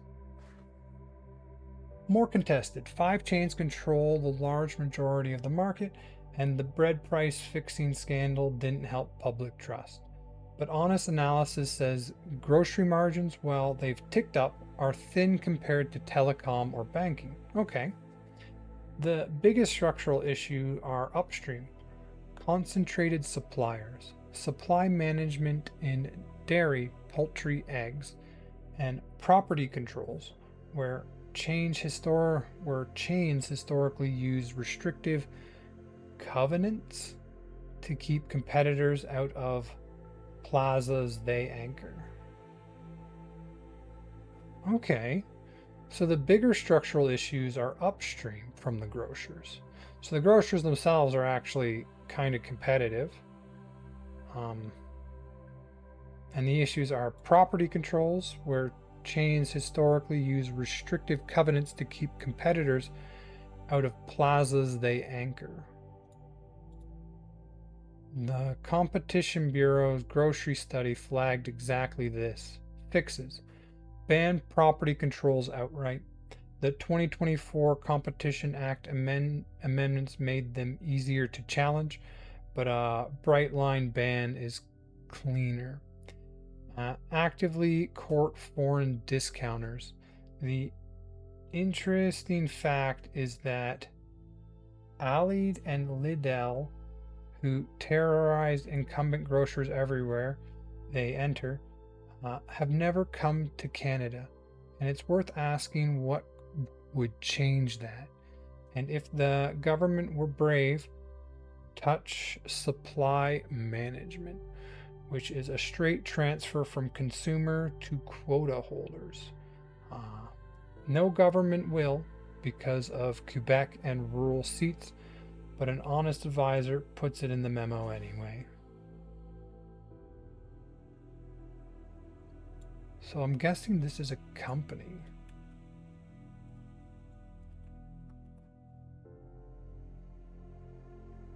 A fierce rival discount grocery chain from Germany. Both keep prices low by selling mostly private label products and limited store size. Aldi focuses on maximum saving and efficiency. Lidl offers more variety, including fresh bakeries and name brands. So these are two big grocery chains. And because of issues, they've been essentially completely kept out of Canada. It's not really the grocers that are the issue. It's bigger structural issues are upstream. And property controls were changed historically use restrictive covenants to keep competitors out of plazas they anchor. The fixes: ban property controls outright. Actively court foreign discounters. The interesting fact is that Aldi and Lidl, who terrorize incumbent grocers everywhere they enter, have never come to Canada, and it's worth asking what would change that. And if the government were brave, touch supply management, which is a straight transfer from consumers to quota holders.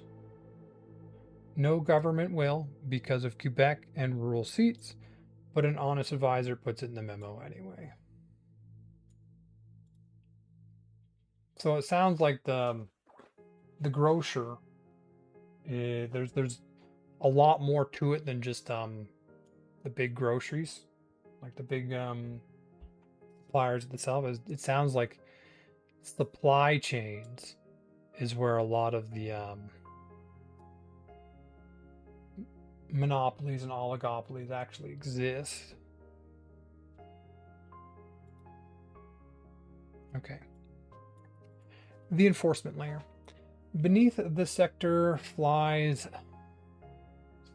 the Competition Act itself. And here there's actually been real movement. The 2022-2024 amendment rounds were the biggest overhaul in decades. The efficiency defense is gone. Canada was nearly unique in letting merging firms argue, yes, this reduces competition, but will save money. The Bureau gained market study powers with subpoena teeth. Private parties can now bring more cases, and penalties scale with revenue.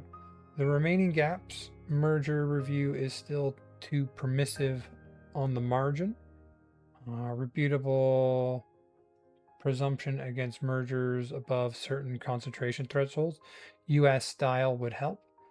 The Bureau's budget is small relative to peer agencies and the litigation firepower of the firms it faces, and the structural problem.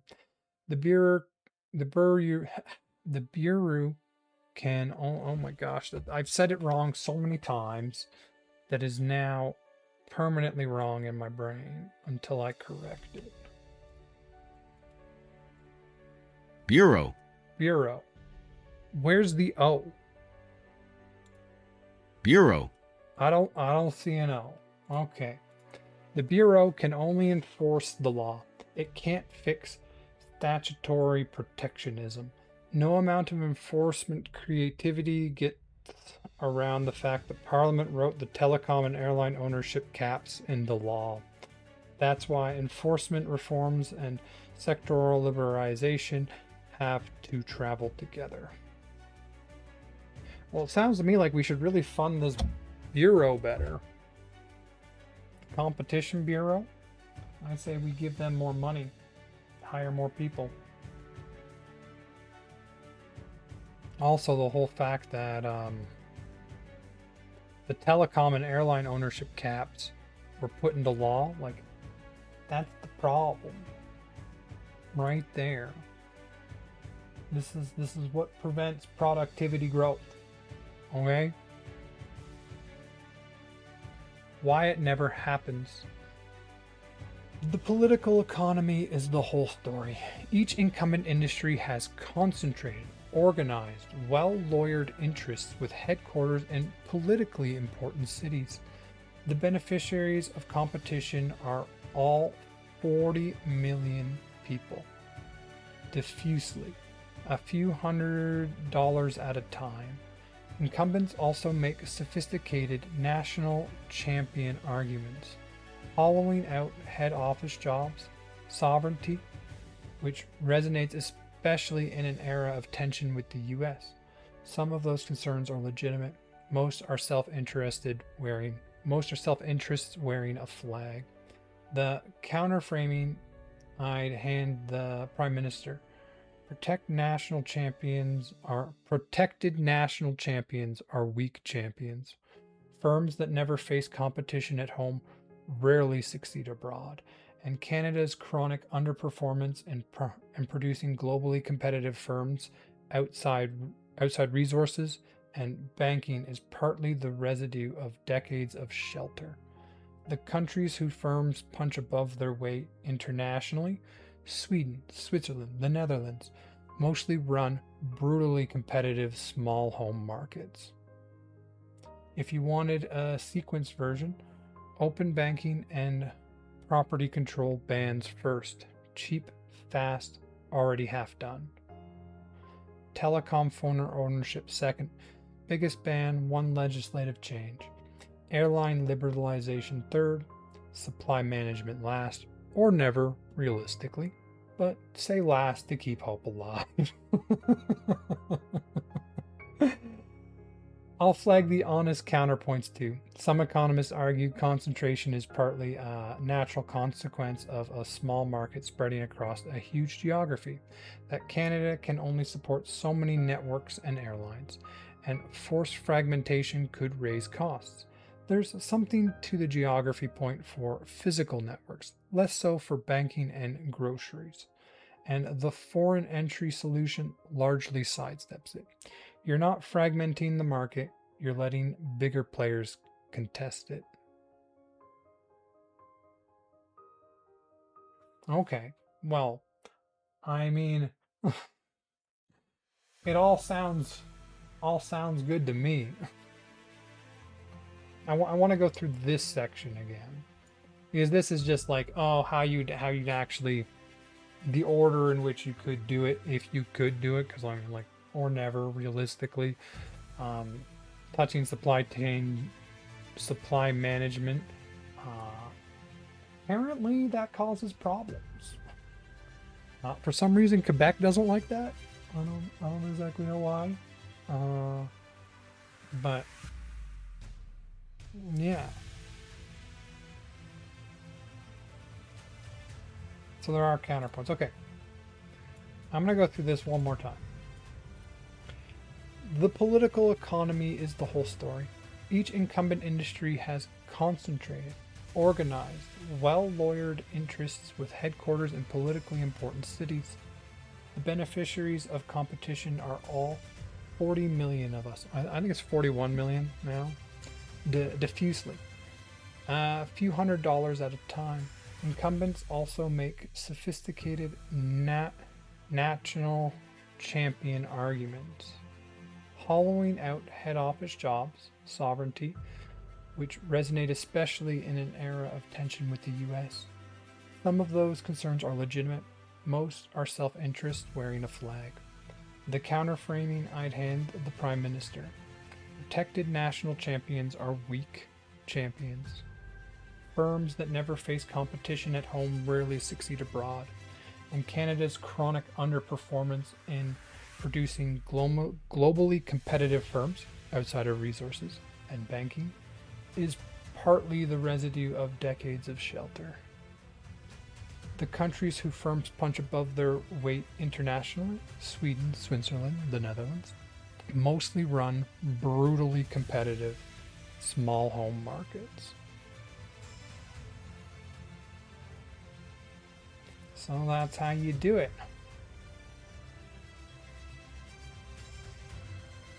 Honestly, I feel like I could go into more depth on every one of these, but I'm only on point 2 of like 8. So I'm gonna have to go back up if I want to get through this. If you wanted a sequenced version, okay. Alright. So yeah, basically oligopolies are bad and prevent productivity. Let me cut this. I think I'm gonna break this one up into the chunks.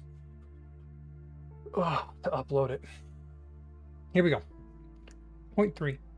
Make capital cheap and IP sticky. Extend the budget 2025 super deductions into permanent economy-wide expenses of machinery, equipment, and technology. Oh, I heard about that. They had this new thing, the 2025 super deduction, essentially, which allows you to like write off economic, like new machinery. You'd be able to write it off almost instantly, from my understanding. Let me look that up. 2025 super deduction.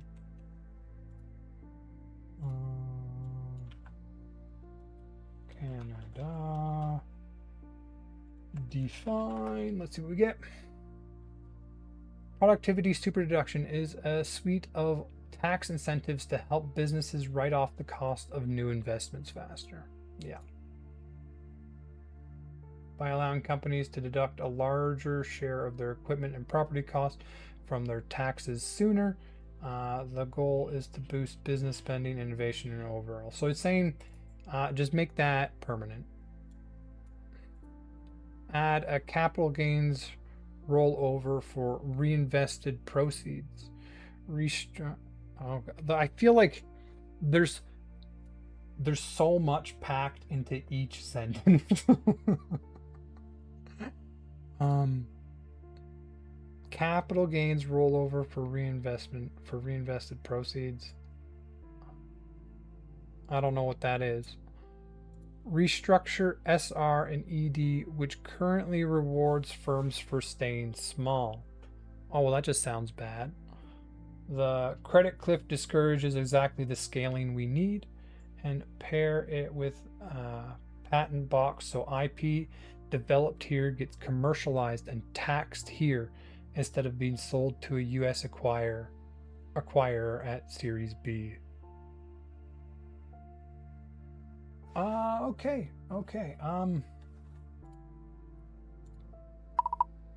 Can you expand on the third point for me? The make capital cheap and IP sticky.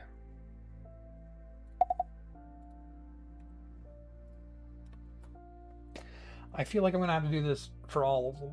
Oh, this will probably be the rest of the stream.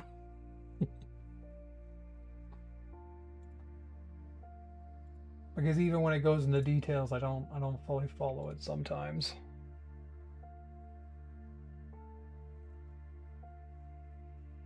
This one's wonkier than the competition file, but it's arguably closer to the root of the problem. Canada's productivity gap is mechanically mostly a capital gap. Workers here have less machinery, software, and IP behind them than American workers, and the gap compounds every year firms underinvest. Yeah, that's the thing, right? Like capital and productivity and investment R&D is something that stacks on itself. And so if you're underinvesting, you are consistently falling farther behind. And you can't just magically step up and if you invest the same, you're suddenly going to make the same productivity. No, it's something you have to start building, and it's going to take years of investing on top of itself to build back up to the proper productivity. But if you encourage proper investing, then you can invest more and you can catch up to the productivity.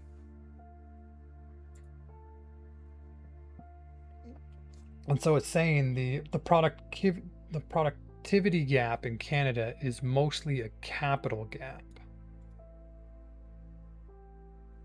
So the question becomes, why don't Canadian firms invest? And what tax and policy levers change that math? Full expensing. The machinery and equipment side. Normally when a firm buys $1 million machine, tax law doesn't let it deduct the cost right away. It deducts it over years or decades through capital cost allowance, depreciation schedules. That sounds like accounting trivia, but it matters enormously because a deduction 10 years from now is worth much less than a deduction today. That's what they were trying to fix with the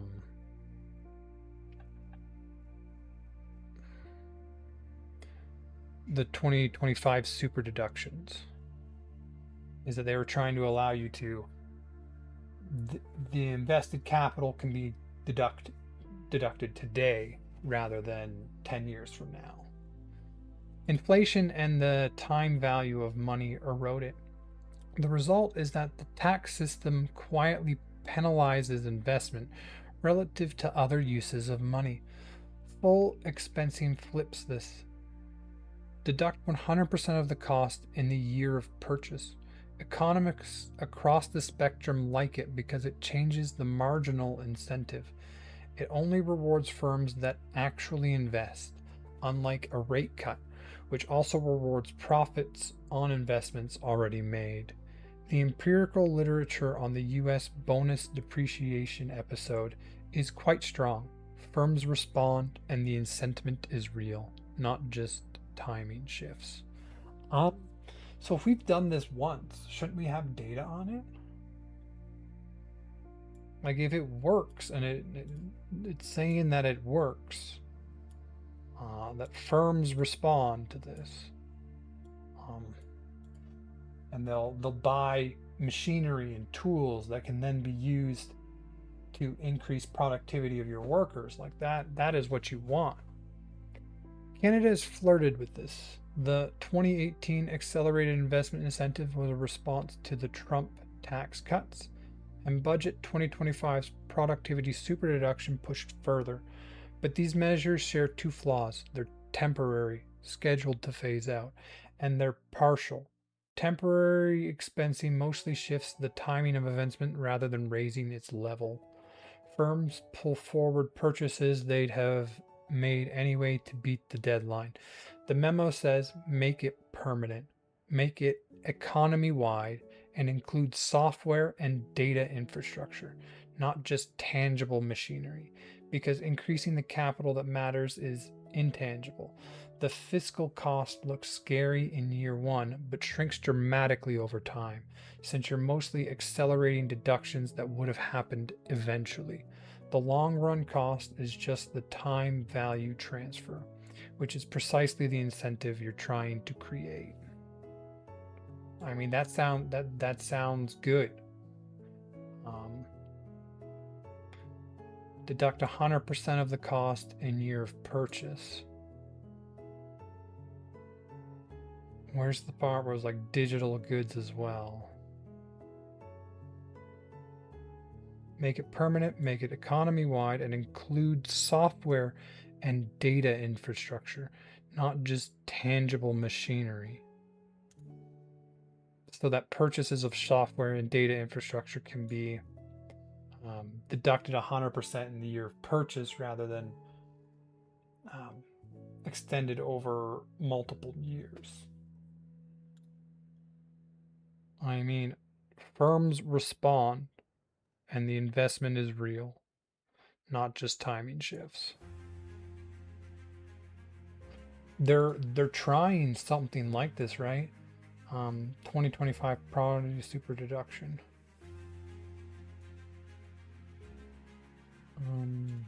I want. These are getting really long.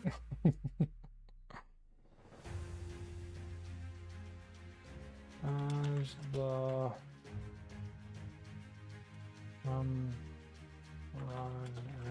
because 2025.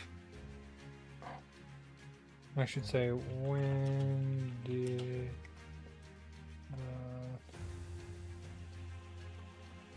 what was the time frame here? Do we have data on this? Like, because it says that short term super deductions like this, it just has the habit of moving when people invest. But if you make it long term and economy wide, it has the effect of increasing total investment and not just shifting the investment itself. Okay, that's going to take a time. Let's continue. Man, it tried to pack all of this into like 5 sentences. It didn't work. The capital gains rollover, the financial side. The machinery story addresses firms that have money and won't spend it. The rollover addresses a different choke point, the recycling of risk capital. Right now, when an angel investor or founder sells shares in a Canadian company at a gain, tax is due immediately, even if they turn around and put every dollar into the next Canadian startup. That friction discourages exactly the behavior you want. Experienced money moving from exit to new venture over and over. Rollover provision lets the investor defer the gain if proceeds are reinvested in eligible small business shares within some window. Canada actually has a narrow version of this, Section 44.1 of the Income Tax Act, but it's so restrictive and little known that it's nearly dead letter. The US equivalent, the Section 1202 Qualified Small Business Stock Exemption, which can exclude gains entirely on startup shares held 5+ years, is a significant reason American angel ecosystems are so deep. A serious Canadian version would widen eligibility, raise the limit, and market the thing so investors actually plan around it. The objection is that capital gains preferences are regressive. So response is to tie the preference tightly to genuinely new equity and small growth firms, not to real estate or public market flipping. Capital gains rollover. Like, that sounds like a good idea because it experienced money moving from exit to new venture over and over. That is what you want. That is what'll cause growth. It actually hasn't run out yet. It's still in effect. The productivity super deduction was announced in the 2025 federal budget as a set of fast write-off tax incentives for depreciable capital property, and it's a forward-looking measure with a long runway. So then why don't we just extend it, like, indefinitely? As soon as it becomes permanent, that is when you see the growth in actual investment.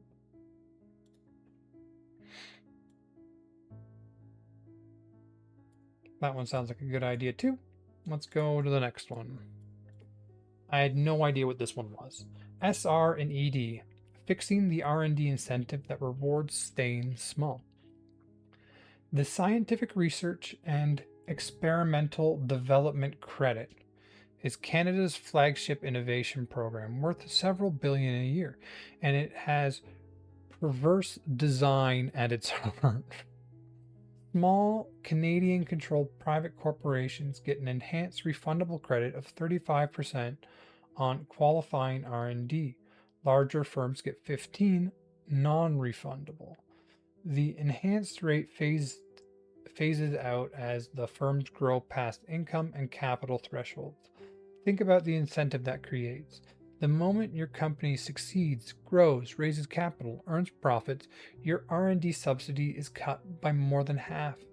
It's a tax on scaling in a country whose defining commercial pathology is that firms don't scale. Companies structure themselves to stay under threshold, or they take the early stage subsidy and then sell to a foreign acquirer right around the point where the subsidy disappears. Meaning Canadian taxpayers fund the risky early R&D and American shareholders harvest the mature returns. The 2024-2025 reform round raised the expenditure limits and restored eligible capital expenditures, which helps, but doesn't touch the core cliff structure. Deeper fixes flatten the rate differential so the credit doesn't collapse with growth. Make more of it refundable for larger firms. Non-refundable credit is worthless to scale up burning cash. I don't get the difference for refundable, what's the point of non-refundable? Refundable is how you get it, right? Non-refundable credit is worthless to scale up burning cash. Simplify the compliance burden. Cottage industry of SR and ED consultant captures a meaningful slice of the program's value just navigating it, which is pure dead weight. And consider tilting some support towards outcome rather than input. Canada spends heavily on R&D inputs and gets weak output. Business R&D around 0.9% of GDP against the OECD average of nearly 2%. Despite generous subsidies, that paradox suggests the design, not the dollars, is the problem. So we spend enough. It's the design of the system that is causing issues. As it says, it has a perverse design at its heart. If you punish scaling, you can't be surprised when it doesn't when companies don't scale.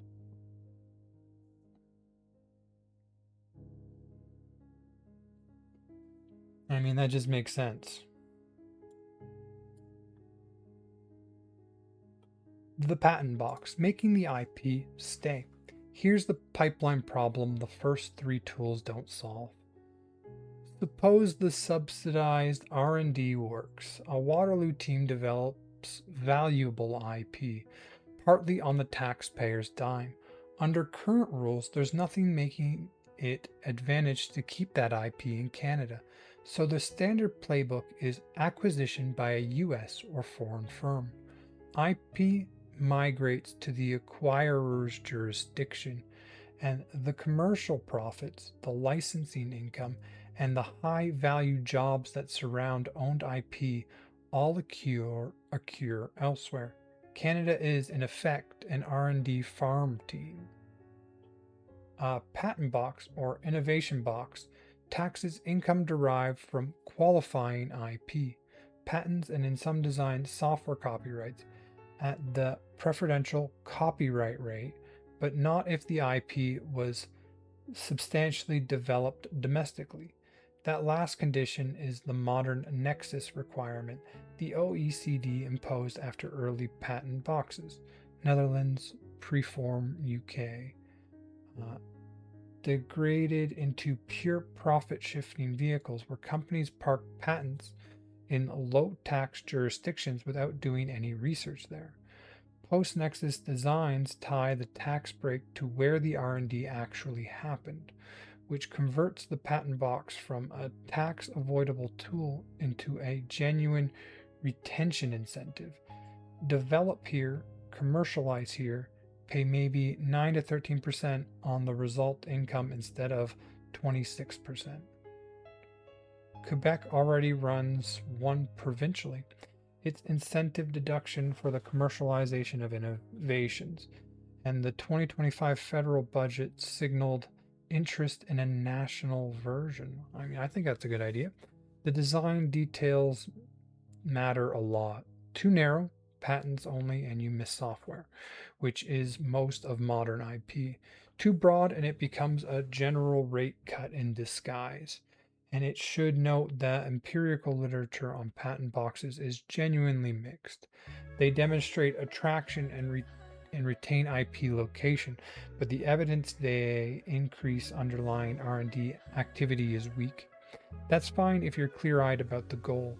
This instrument is about capturing the commercialization layer, while SR and ED handles the research layer. They're complement, not substitutes. So you need both of them to work well.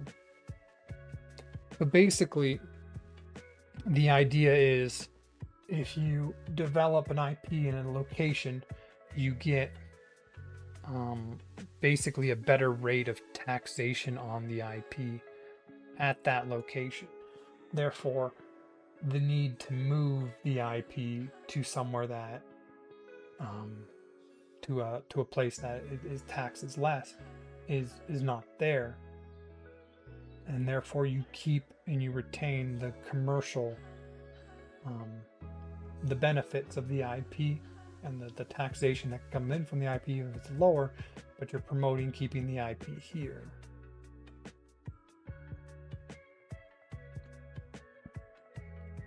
And then this one, the scientific research and experimental development, is about improving the amount of R&D to create IPs, and then this is about keeping the IP in your country so that it doesn't just go to the United States.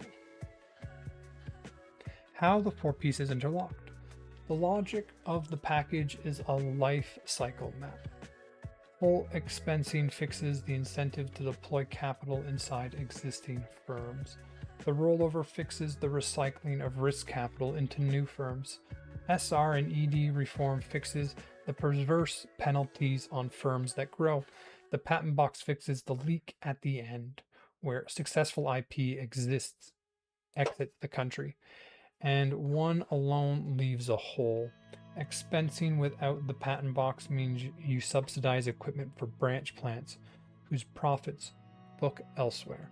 SR and ED without rollover means research happens, but financing for scaling doesn't, and so on. 2 honest caveats for the Prime Minister. First, tax incentives can't fix non-tax problems. If firms don't invest because they're protected oligopolies, or because projects take a decade to improve, we haven't even gotten to point 4 yet, cheaper capital just pads margins. That's why this is 1 point among 7 rather than the whole memo. Second, there's a respectable skeptical school, including some at Finance Canada, arguing Canada already has internationally competitive statutory rates and generous R&D credits, and that the binding constraints are managerial ambitions, market size, and competition, not tax. My read is that the level of support is fine, but the design is broken.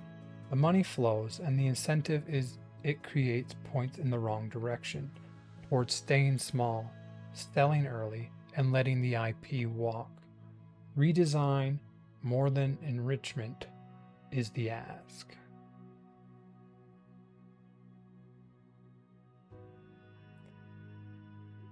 Well, I liked pretty much all of them, but that some of it goes over my head. I kind of get the patent box. You basically offer incentives for the IP to stay here if it's made here. Like, the whole idea is that what is developed here gets you a preferential rate. Pay maybe resulting income instead of the 26. Quebec already run its incentive deductions for the commercial of innovation. Okay, so Quebec already does that one. This is the scientific research and experimental development, which is it incentivizes staying small because as you get larger, you lose the tax break essentially.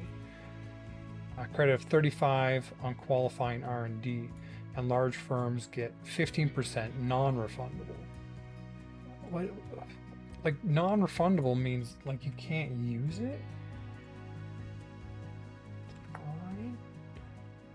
Once you make a purchase or pay a fee, the money cannot be returned to you for any reason. Okay, so the money cannot be returned. And this is refundable. Honestly, I don't understand the investments enough to really get that. But a non-refundable credit is worthless to a scale up burning cash.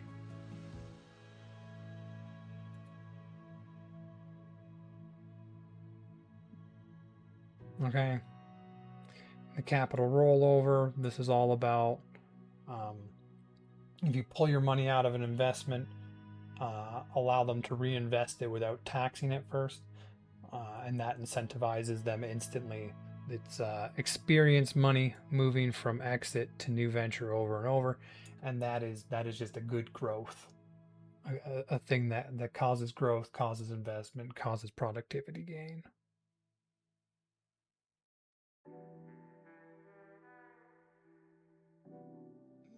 Okay, we're gonna go on to point 4. We got a little sneak peek at it at the end there. Like it tries to compress so much into that. Yeah, because projects take a decade to improve. I mean, when you take a long time to improve, there's a lot of talk on this one though. I am, however, going to take a break for a minute. And then I will be back.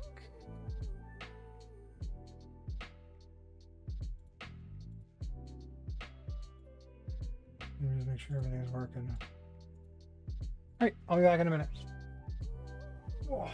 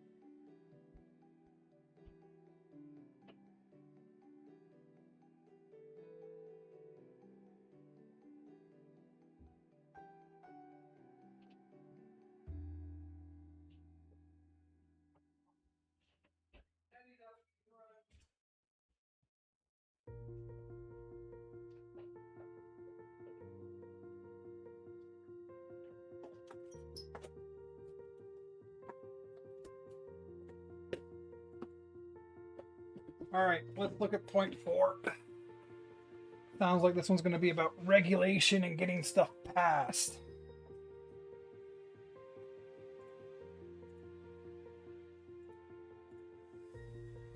Audio, that's still working.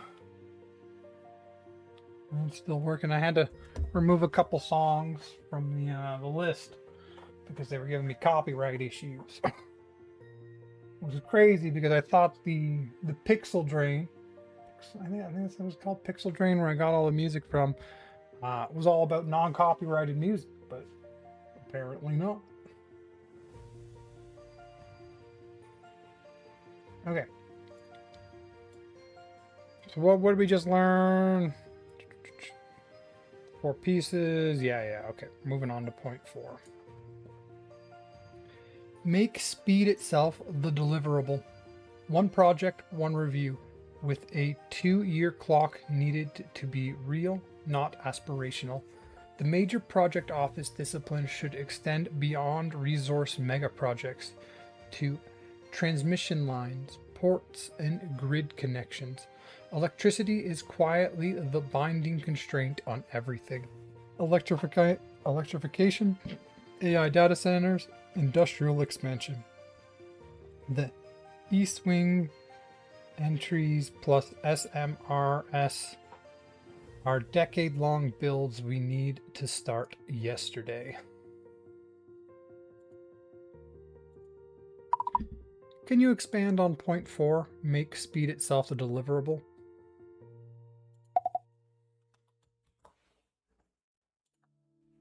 Here we go. This one's getting really long. The East Wing entries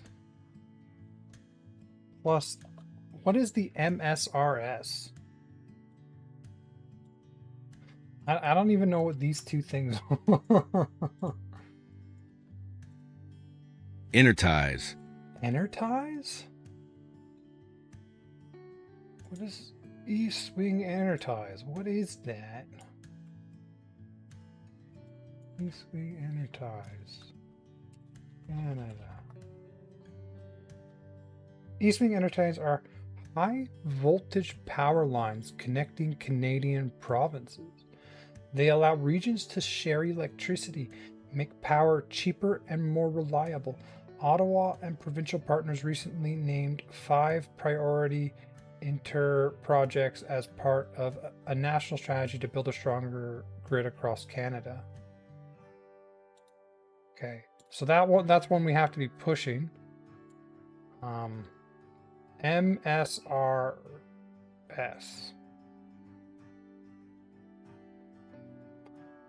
I assume it'll get into both these down here. Here we go. This one is less about any single policy and more about a cultural claim.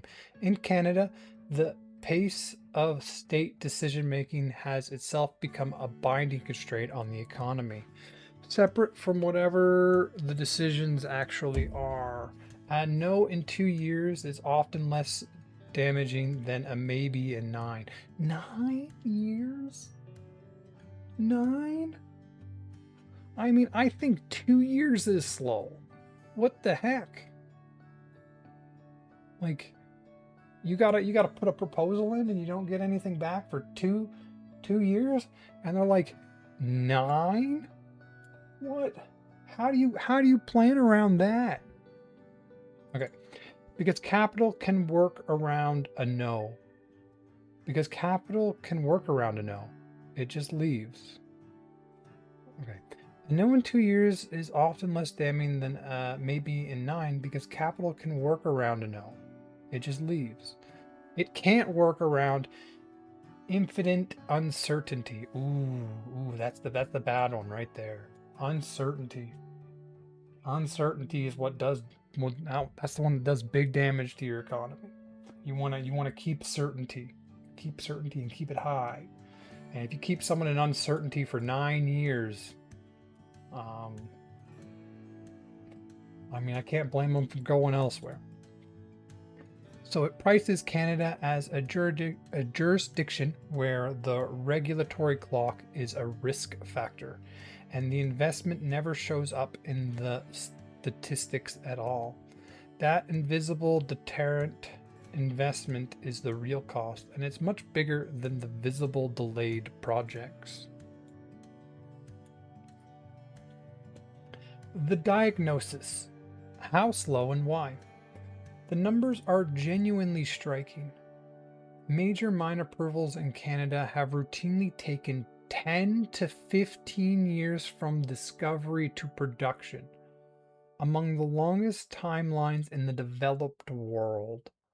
Australia, our closest resource economy comparator, does it meaningfully faster for equivalent projects. The Impact Assessment Act regime, 2019, layered federal review on top of provincial review, on top of consultation obligations, and the Supreme Court then found chunks of it unconstitutional in 2023, adding a period where nobody was even sure what the rules were. But it's not just miles and pipelines. It's just not just mines and pipelines. Electricity transmission lines take a decade plus. What? Housing approvals in major cities run years for projects that take months to actually build. Even the government's own projects get stuck in the government's own processes. That's the tell that this isn't industry whining, it's systemic. What? Why is it taking so long? Like, no wonder the economy's struggling.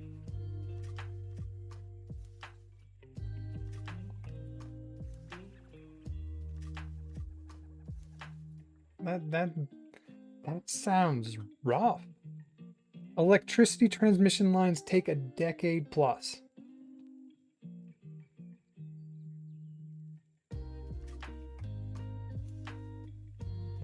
How? Major mine approvals in Canada routinely take 10 to 15 years from discovery to production. The court then found chunks of it unconstitutional in 2023, adding a period where nobody was even sure what the rules were.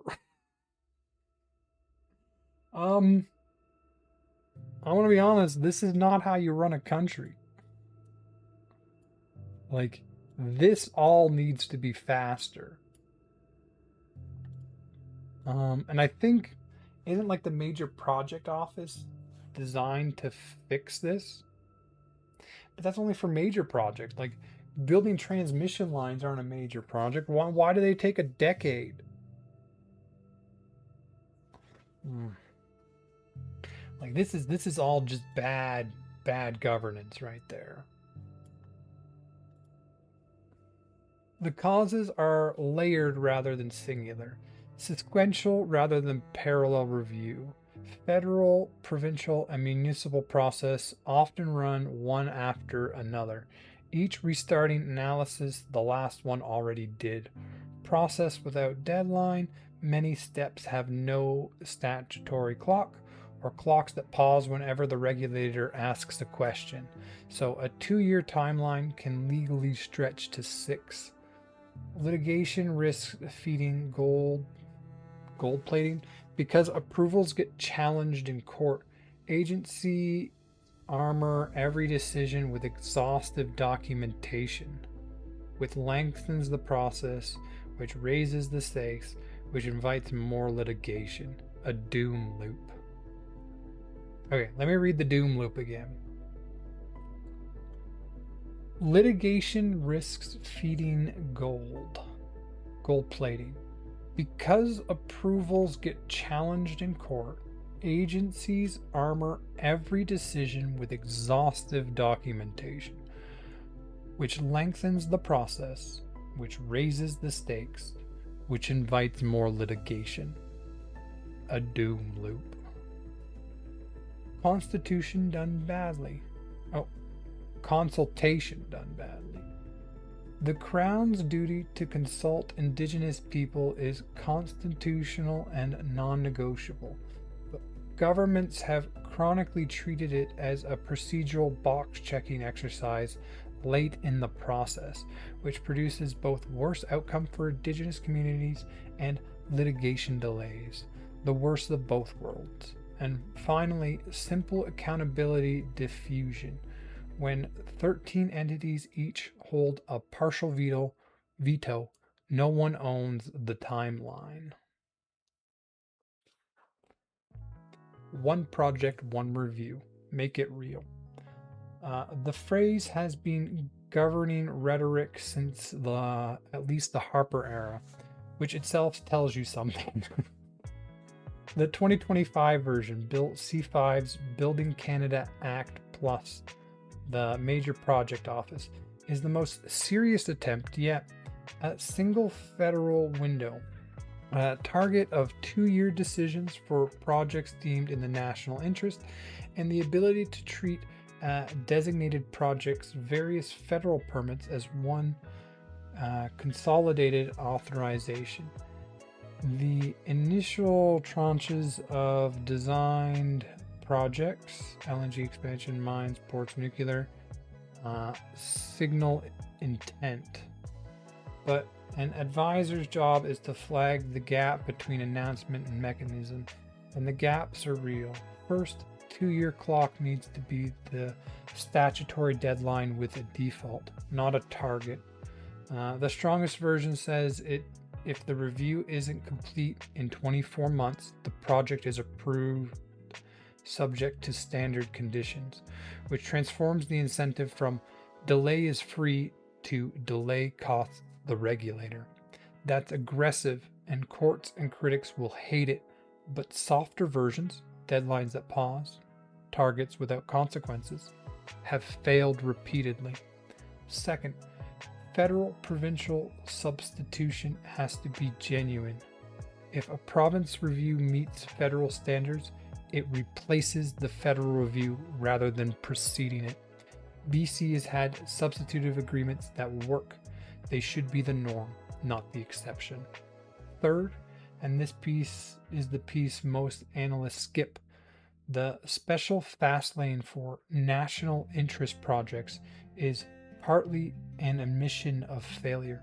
If you need a VIP door, the regular door is broken. The fast lane handles a dozen mega projects. The economy runs on thousands of mid-sized ones. The endgame has to be fixing the default process with the MPO as a proving ground for practices that then generalize. Major project office. So basically, the major project office is created for projects that are deemed in the national interest, which is great, but those are only large-scale projects, and the actual economy runs on thousands of mid to low-size projects, and those are also have to get through faster. You can't have a transmission line taking 12 years to build. Like, you can't do that. You're going to choke your economy. Fourth, on consultation. The projects that move fastest in Canada now are the ones where Indigenous communities are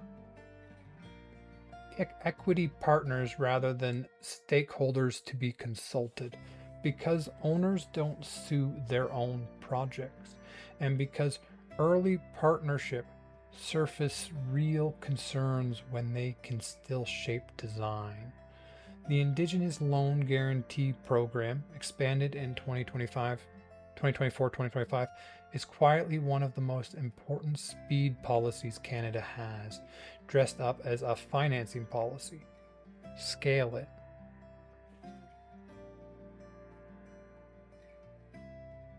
The Indigenous Loan Guarantee Program. I'll put you on the list. I'm getting too many things. Yeah, all right.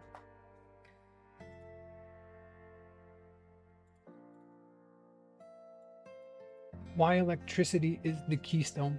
If you ask me to pick one sector where slowness does the most compounding damage, it's power. Every other economic ambition on the memo routes through the grid.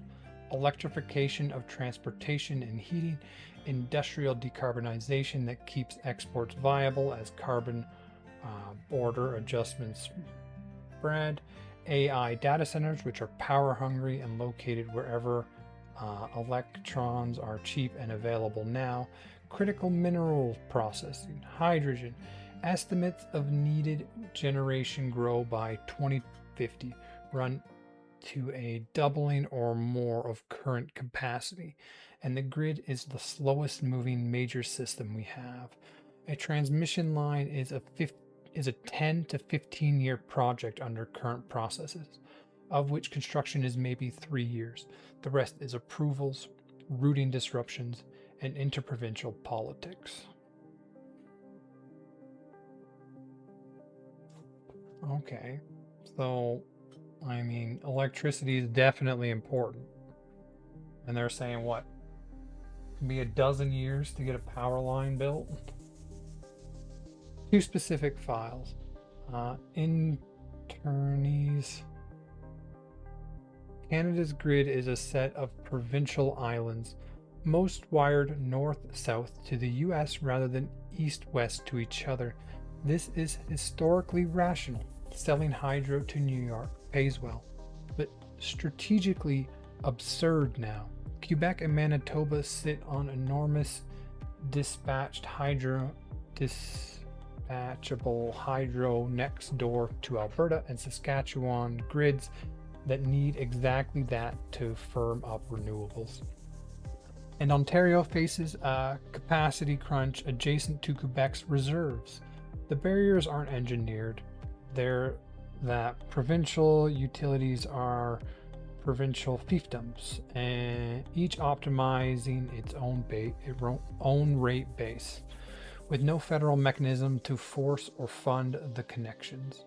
A federal cost share condition on interna construction, infrastructure money as leverage gains is the available tool. Alberta especially might notice that firm imported hydro is cheaper insurance than gas peakers at its as its load grows. Okay, there's a couple things I lost track of there at the end. Condition on inertia construction. What is this? An inert, a high. Oh. Interties. Interties? Interties construction. We already looked this one up.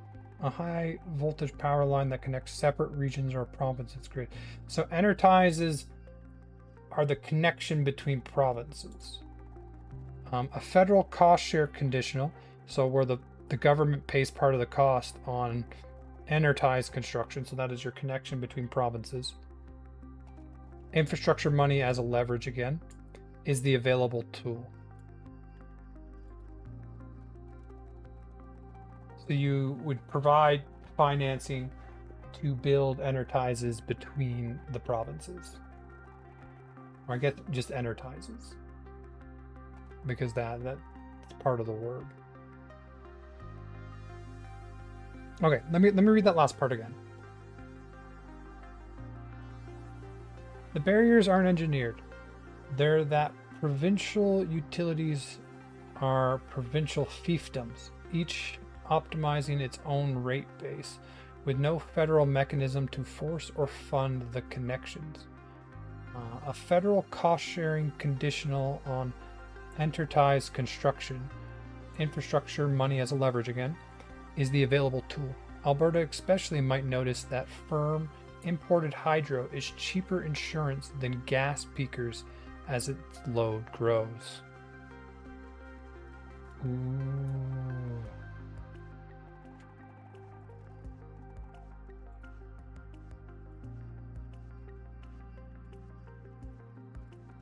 Okay.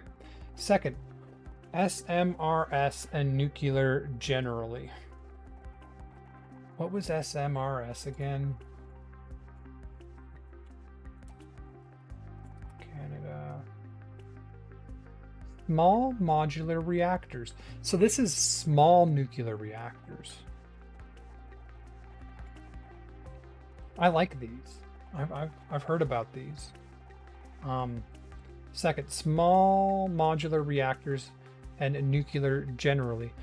Ontario's Darlington Small Modular Reactor Project is nationally important, less for its megawatts than as a regulatory pathfinder. The first grid-scale small modular reactor in the G7. I'm going to look into that one specifically at some point.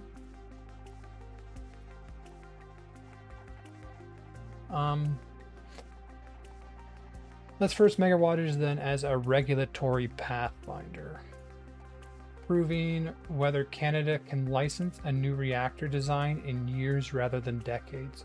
The Canadian Nuclear Safety Commission is actually well regarded internationally, but nuclear timelines are dominated by pre-licensing and environmental processes stacked in sequence. If the Darlington pattern, license the design once, then replicate, works, subsequent units get dramatically faster, which is the entire economic thesis of small modular reactors.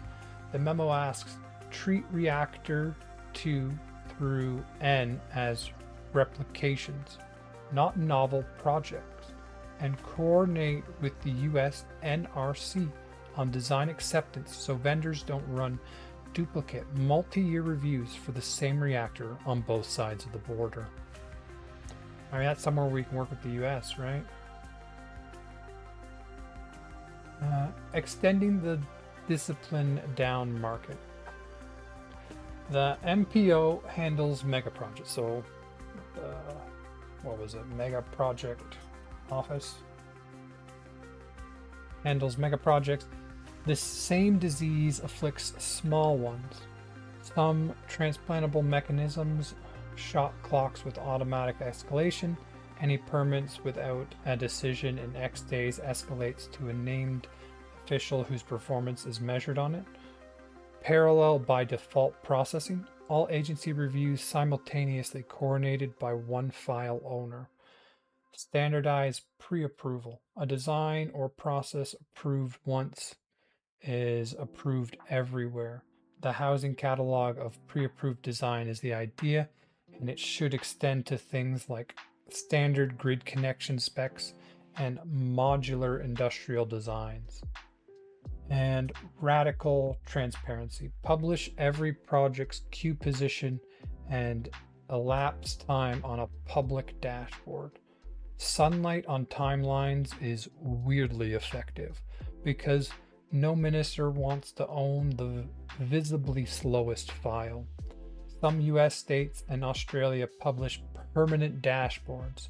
The shaming mechanism works. If you don't work fast, we shame you. We will shame you. And it is weirdly effective. Apparently, people just work faster if the consequence is shame of not getting the job done. I mean, if it works, use it. The honest counterweight. Speed advocates can slide into treating all processes as waste, and that's wrong in two ways worth stating plainly. Environmental review exists because under-reviewed projects historically produced real disasters, and Indigenous consultation is a constitutional obligation rooted in treaties and S.35 rights, not red tape. Attempts to bulldoze it don't produce speed, they produce injunctions. And the graveyard of cancellation Canadian mega projects is substantially a graveyard of consultation done badly. The serious critique of Bill C5 from Indigenous organizations, that national interest the designation could be used to steamroll rights, deserves engagement, because if the courts agree even once, the whole fast track regime acquires litigation discount, and the speed gains evaporate. The stable equilibrium is rigorous but bounded, high standards, real consultations, and equity participation early, and then a decision, yes or no, on a clock everyone can plan around. What's indefensible isn't scrutiny, it's the 9-year maybe. Ooh.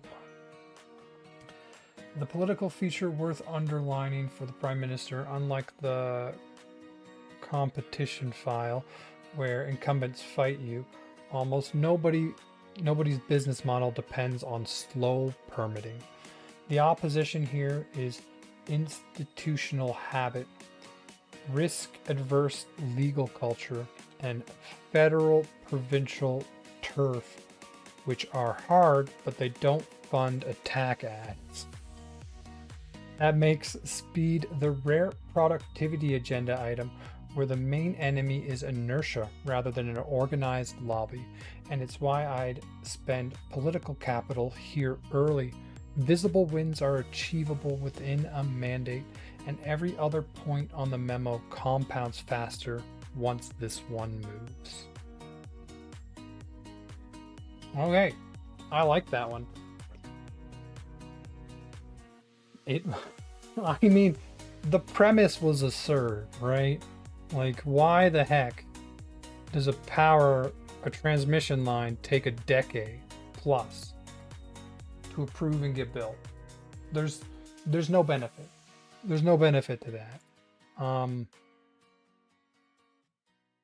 All of this time wasting stuff. And it brought up like processes move in sequence rather than parallel, which just makes them all take longer. And that should be an easy fix. Like, you should create a major project office that kind of organizes it so that you can run stuff in parallel and instead of in sequence, and that when one process finishes, if it is of a good standard, you don't have to do the process at the federal level. Like, that just makes sense. That makes sense. Give me the documents. We don't have to do our own work if you've already done the work for us. Also, the whole, what's the word? Energize. The fact that our grid mostly goes north to south, we're gonna have issues with like the U.S. is already targeting Kuzma. Like, energides are important that connect the provinces. It brings up a lot of good points. And I wish, like, the major project office is good, but the economy doesn't run on major projects. It runs on mid to small scale projects. And they still are all facing the same problem.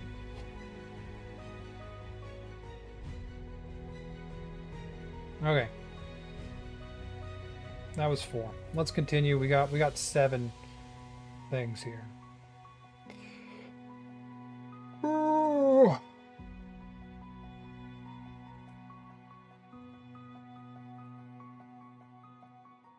Let me just make sure everything's going well with the stream.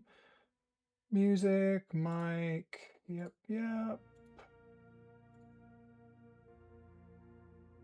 Okay, everything's working. Let's continue. Number 5. Treat housing as a productivity file, not just an affordability file. Construction productivity in Canada has gone backwards for decades. Industrialize it. Modular and prefab at scale. Standardize pre-approved designs.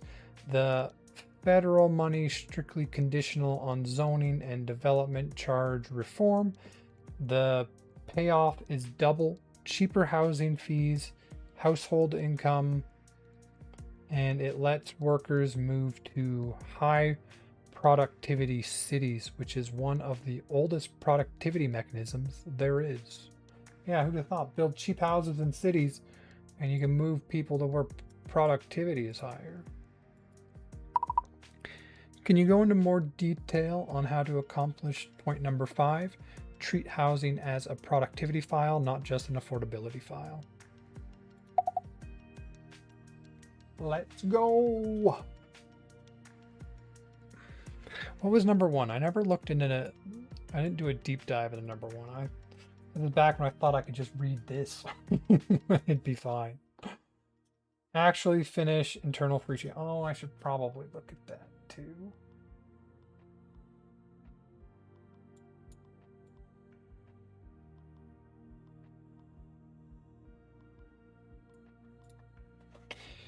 Okay, this one has the widest gap between how politicians talk about it, affordability, sympathy for renters, and where the economy leverage actually is. The productivity framing changes what you do. So let me start with why it's a productivity file at all, then get concrete about the how. The two productivity channels. The first channel is inside the construction industry itself. Construction is a huge sector, around 7% of Canadian GDP and one of the largest employers, and it measured productivity has been falling for decades in Canada and most rich countries. We build houses today roughly the way we built them in 1975.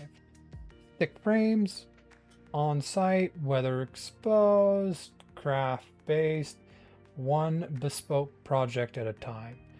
Nearly every other major industry, autos, aerospace, electronics, moved to factory production, standardization, and continuous process improvement, and got the multifold productivity gains that came with it. Construction didn't. So even before you talk about housing supply, you have a giant low productivity sector dragging the national average, and fixing it is a direct GDP per hour win.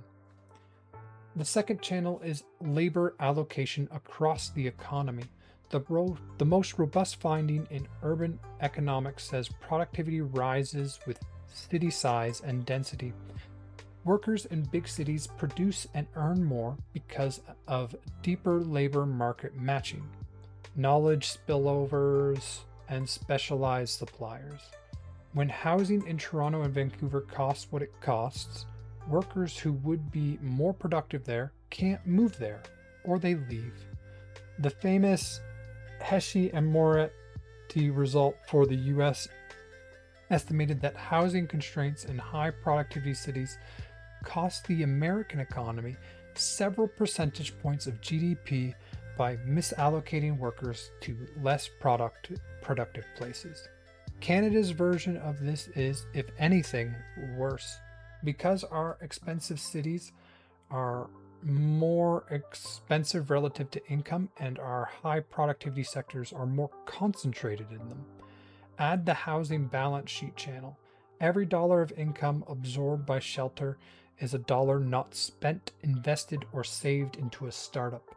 And the approximately 2 trillion plus of national wealth parked in residential real estate, which crowds out productive investments and skews national politics towards asset protection.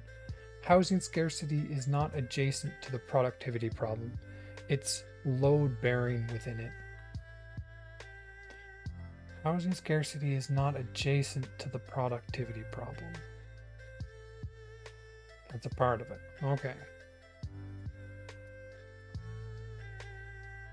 Yeah, because it goes through the first two. Like, if people can't move and live in a city, then you can't work a more productive job that you would find in a city.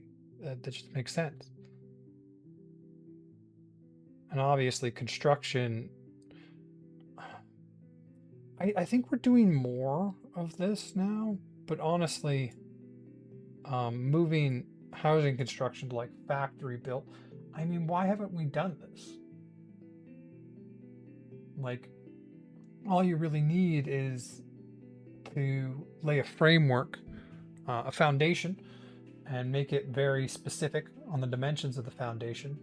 And then you can pre-build all the parts and just stick them on the foundation.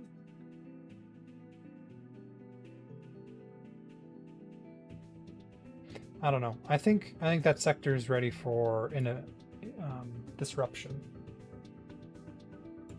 So the memo has 2 work streams. Make building itself more productive and remove the constraint that stop building from happening where it's most valuable. Remove the constraints that stop building from happening where it's most valuable. Okay. Work stream 1. Industrialized construction. The core move is shifting a meaningful share of home building from bespoke on-site craft to factory production. Modular volumetric units, panelized walls and floors, mass timber components, assembled on site in weeks rather than framed over months. The productivity gains are real and documented. Controlled factory conditions, no weather delays, repeatable processes, less material waste, and crucially, a different labor model. Factory workers on repetitive stations can be trained in months versus years for site carpenters, which matters enormously given the skilled trade shortage and the demographic cliff as boomers tradespeople retire. Modular homes.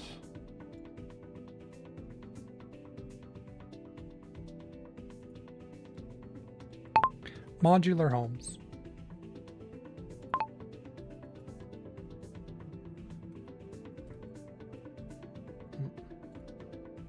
Construction.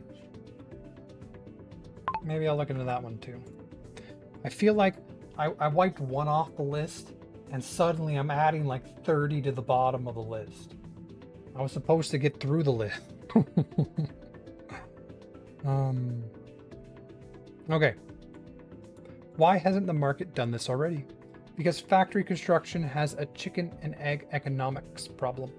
A modular plant needs steady, high volume, standardized order flow to amortize its capital.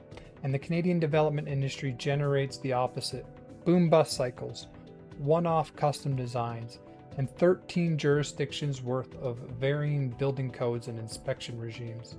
Several Canadian modular factories have opened and died in exactly this trap.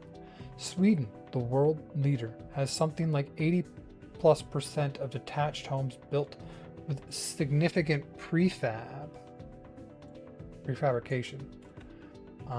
And it got there through decades of standardizing designs, stable demand, and a harmonized code environment. Okay, well, we're gonna speed in prefabrication. Things we got to look into when we talk about that. So it's already being done. Like this isn't revolutionary. It's being done. You have to standardize designs. You need stable demand, much of it public, and a harmonized code environment. And that is how you get that industry to be more productive. The state's role isn't to run factories, it's to fix the demand and standardization problems that keep private factories from being viable. Standardization, pre-approval designs. The Federal Housing Design Catalog, reviving an idea from the post-war CMHC era, when Canada mass-produced victory houses and strawberry box designs by the 100,000, is exactly right in concept. The execution test is whether a catalog design comes with as of right approval. If a builder proposes catalog design number 14 on an eligible lot, the permit is administered. Days, not months. No discretionary design review. A catalog without automatic approval is a pamphlet. Extend the catalog beyond single and layaway homes to the missing middle fourplex, sixplex, small apartment buildings, because that's where the volume is. Demand aggregation. Okay, this is the one that was. How do you aggregate demand? Like, I assume you can subsidize it with like federal demand. Let's see. Use the buyer you already control. Federal and provincial governments through the Build Canada's home entity, defense housing, student residences, Indigenous housing programs, and non-profit funding streams. Collectively commission tens of thousands of units a year. Standardize those orders around catalog designs and place them as multi-year volume contracts with modular producers. That's the anchor demand that lets factories finance themselves. The same logic as vaccine advance purchase agreements. Procurement as industrial policy again. Procurement as industrial policy again. And here it's cheap because you were buying the houses anyway. Put this down, now you get standardized new prefabs.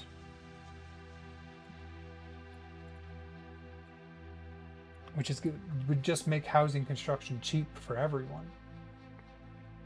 Code harmonization. A modular producer serving all of Canada currently navigates provincial code variation, municipal amendments, and a specific known pain point.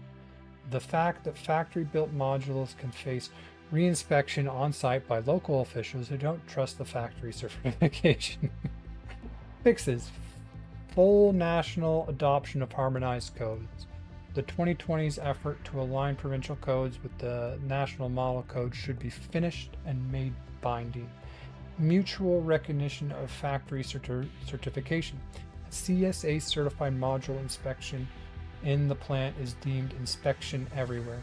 This is the integral trade agenda from point 1 showing up again. And moving the codes themselves towards performance-based rather than prescriptive standards. So innovations like mass timber and penalized assemblies don't need bespoke variants each time. It's performance-based rather than prescriptive standards. So innovations like mass timber and penalization assemblies don't need bespoke variants each time. Okay. Mass timber specifically deserves a line. Canada has the fiber, the mills, and an existing industry in need of a future as newsprint dies, and cross-laminated timber is well suited to the mid-rise buildings the missing middle needs. Recent code changes allow taller timber buildings, procurement preferences, and a few showcase public buildings can pull the supply chain into existence. It's the rare file where housing, forestry sector transition, and emission policy point in the same direction. Okay, I'm gonna need to read that one again, because that one kind of slid over. Okay. Mass timber specifically deserves a line. Canada has the fiber. The mills are an existing industry in need of a future as newsprint dies, and cross-laminated timber is well suited to the mid-rise buildings the missing middle needs. Recent code changes allow taller timber buildings, procurement preferences, and a few showcase public buildings can pull the supply chain into existence. It's the rare file where housing, forestry sector transition, and emission policy points in the same direction. Okay. Workstream 2. Remove the binding constraints. Industrializing construction is pointless if projects can't get permission, land, financing, or trades. Take these in order of bindingness. Zoning and approvals. The single largest constraint in high-demand cities is legal. Most residential land in Toronto and Vancouver was, until very recently, zoned so that only a detached home could be built on it, and anything denser required a discretionary rezoning process taking years and costing hundreds of thousands in carrying cost, which is why Canadian approval timelines rank among the worst in the OECD, with major city permitting routinely running 2 to 4 years before a shovel moves. The reform template now exists. Legalized 4-unit as of right on all residential lots. 6 to 8 stories near transit. Eliminate minimum parking requirements, which add 50 to 100K per unit in underground stalls nobody asked for. Replace discretionary design review Who put this? Like, eliminate minimum parking requirement. Who made a minimum parking requirement? Like, you get a specific line for your stupidity. Eliminate the minimum parking requirement, which can add 50 to 100k per unit in underground stalls nobody asked for. And replace discretionary design review with objective published standards. If the proposal meets the numbers, the permit issues. BC's functions as the live experiment. The federal role is to make housing accelerator style money strictly conditional on provinces and municipalities adopting equivalents. And the part government keeps flinching on, actually withhold funds from non-compliers.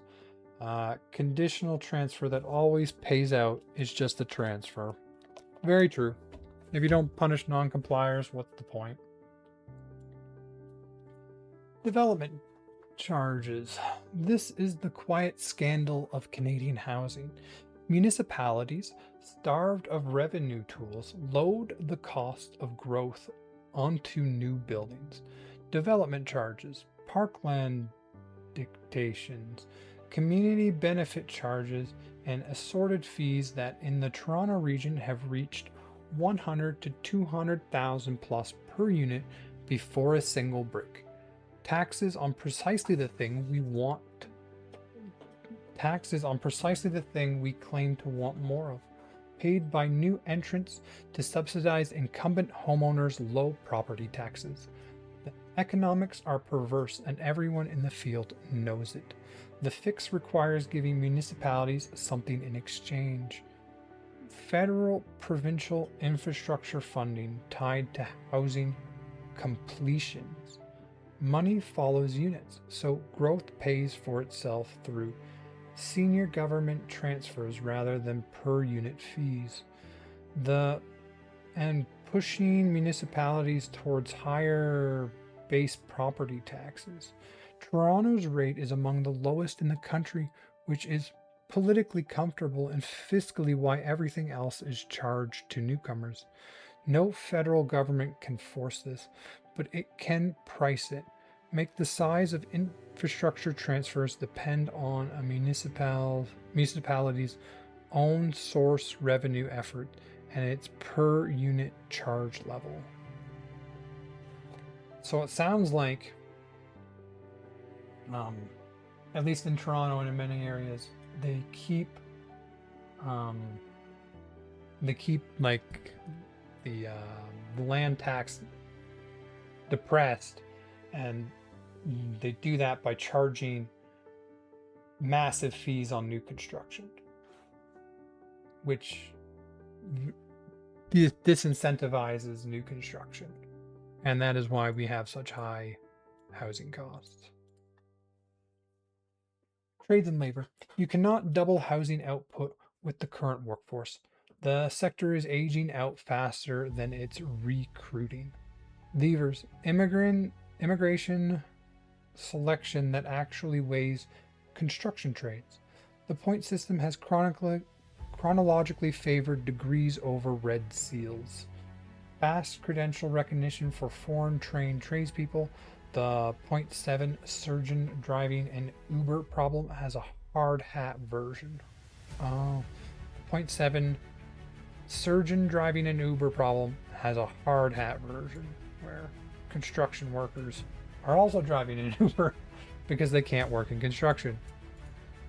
Interprovincial mobility of trade certification, internal trade again, and importantly, the industrialization agenda itself as the demand side answer.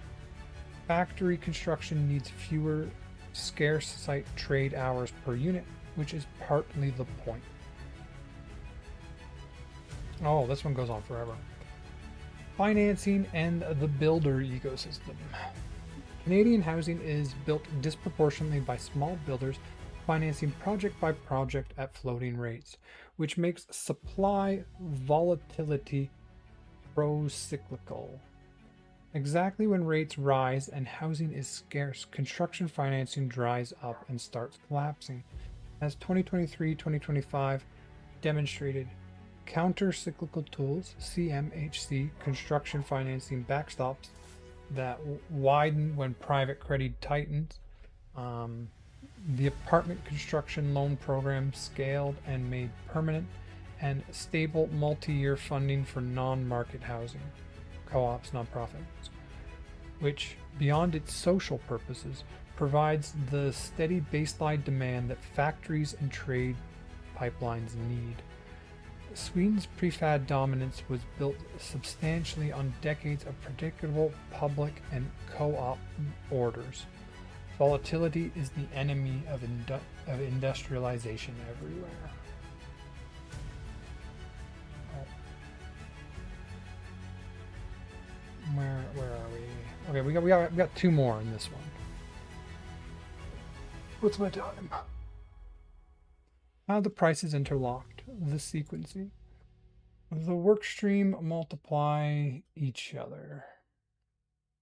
As of right, zoning plus pre-approval catalog design plus factory production is a genuinely different housing system.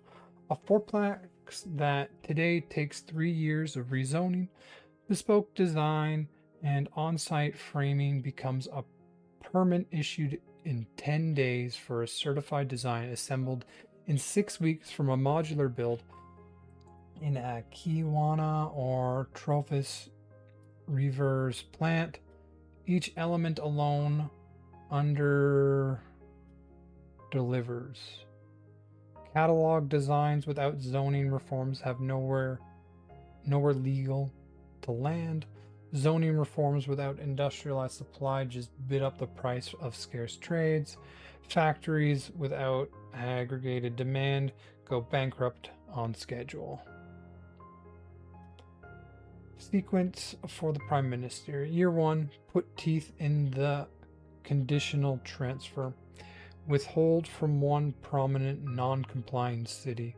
The demonstration effect is the policy.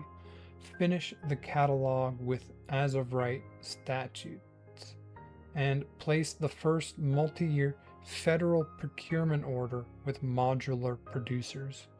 Year 2 and 3, code harmonization and factory certification, mutual recognition through the internal trade table, development charged repricing via the infrastructure transfer formula, trade immigration stream. The payoff horizon is honest memo territory. Measurable completions blend within 2 or 3 years. Construction sector productivity within 5 to 10 as factory share growth, and the labor mobility GDP gains over a decade plus. The honest caveat. 3 things an advisor shouldn't hide. First, the political economy is brutal in a specific way. Roughly 2/3 of household, much of the net worth is home equity, and a genuine successful supply program meant their principal assets appreciate slowly or stalls in real term. Nobody campaigns on that, which is why the framing matters. Your kids can live in your city, and housing for workers our economy needs. Holes. Lower housing prices doesn't. Second, demand side sugar. First time buyer credits, extended amortization, tax-free saving vehicles for down payments. It's politically irresponsible and economically counterproductive when supply is inelastic. It capitalizes straight into prices. The memo says stop, knowing the Prime Minister won't fully stop. Third, modular is not magic. It compresses timeline and labor hours, but land, financing, and approval cut costs dominate unit economics in expensive cities. So industrialization without the zoning and charges, reform deliveries, cheaper boxes on unobtainable land. The construction productivity productivity literature is also honest that measured gains depend on volume and repetition. Boquet modular section changes nothing. The target has to be a large majority share of national output, Sweden style, which is a decade of consistent policy, not a budget line. One more interlock worth naming. This file is where several other memos points converge. Internal trade, code certifications, trade motility is point 1. Approval, shot clocks are point 4, wearing a municipal hat. Factory construction is exactly the kind of capital intensive process innovation investments that full expensing from point 3 reward. That convergence is the deeper argument for the productivity framing. Treated as an affordability file, housing gets demand, subsidies, and sympathy. Treated as a productivity file, it gets the supply side machinery that actually builds homes. Well, that just completely broke down our housing system and everything wrong with it. Oh look, a moron playing with an LRM. Yeah. I'm gonna go through that again.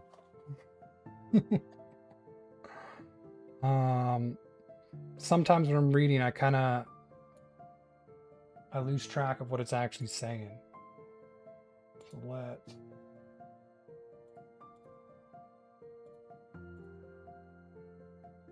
How does it feel being a moron since that's what you are? I mean, so far it's offering solutions that at least sound like it would fix our housing issue. What's a house cost in Sweden?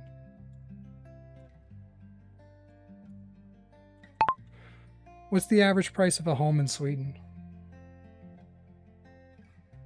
Oh, it doesn't like that. What's the average price of a home in Sweden? Because Sweden does this, right?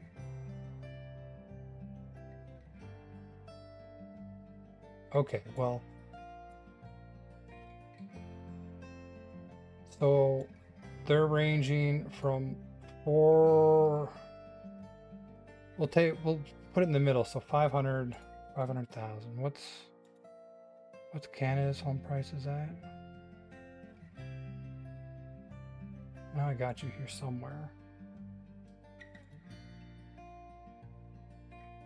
150,000 more on average than a home in Sweden. I mean, that's noticeable improvement. Like I honestly fully don't really disagree with you. Like, kick out the illegals, there you go, problem solved. One, in Canada, because flag, we don't really have an illegal problem as much as we have like a visa bringing in a lot of not necessarily illegal but like legal migrant workers tends to be our larger issue. And then that does act as a depression on wages, and then if you depress your wages you can't afford housing, so like it is a problem. But I don't think that alone solves the problem. I mean, it definitely sounds like there's a lot more to the problem. I'm being censored. Probably. I just have the basic censor stuff put on.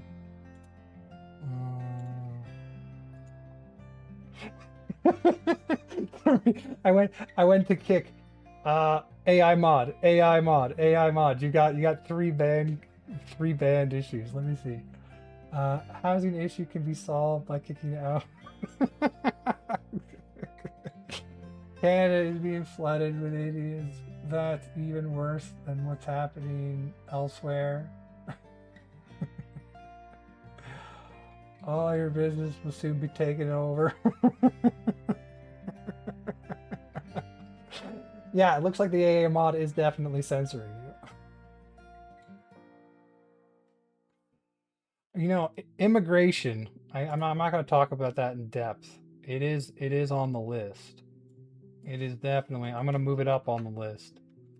Right now, we're trying to figure out how to grow Canada's GDP, and the whole framing of this is you want to look at housing as something you can make a productive industry. Housing can be used to grow your GDP if you do it correctly. I'm honest, probably programmed by an Indian. I mean, it did get all of those comments banned, so possibly. But like, don't you make comments like that in other people's chat? Did those ones not get auto modded?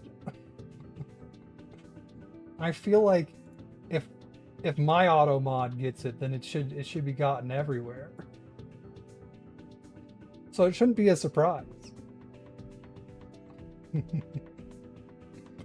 Anyway, thanks for stopping by. I'm gonna go through this again. If you've got anything to add, feel free. You might have to be a bit more creative in your comments to get it through the auto mod system. I'm gonna read this again. Sometimes when I'm reading and there's a couple words that like don't really match, or I don't fully understand, I have to suddenly focus much more intently on the reading, and I don't actually process what I'm reading anymore. Okay. 3 things an advisor shouldn't hide. First, the political economy is brutal in a specific way. Roughly 2/3 of households own. Much of their network is home equity, and a genuinely successful supply program means their principal asset appreciates slowly or stalls in real terms. Nobody campaigns on that, which is why the framing matters. Your kids can live in your city, and housing for the workers our economy needs polls. Lower house prices doesn't.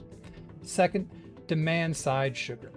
First-time buyer credits, extended amortization, tax-free saving vehicles for down payments is politically irresponsible and economically counterproductive when supply is inelastic. It capitalizes straight into prices. The memo says stop, knowing the MP won't fully stop. Third, modular is not magic. It compresses timeline and labor hours, but land financing and approval costs dominate unit economics in expensive cities. So industrialization without zoning and changes and charges reform delivers cheaper boxes on unattainable land. The construction productivity literature is also honest that measured gains depend on volume and repetition. Both tech modular sector changes nothing. The target has to be a large minority share of national output, Sweden style, which is a decade of consistent policy, not a budget line. One more interlock worth naming.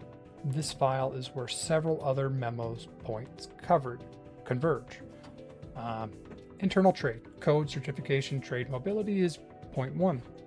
Approval shot clocks are point 4, wearing a municipal hat. Factory construction is exactly the kind of capital intensive process innovation investment that full expensing from point 3 rewards. That converge is the deeper argument for the productivity framing. Treated as an affordability file, housing gets demand subsidies and sympathy.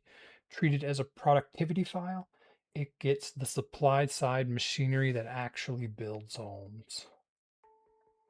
So I think we should treat it as a productivity file for sure. Let me check. Okay, what the heck is this word?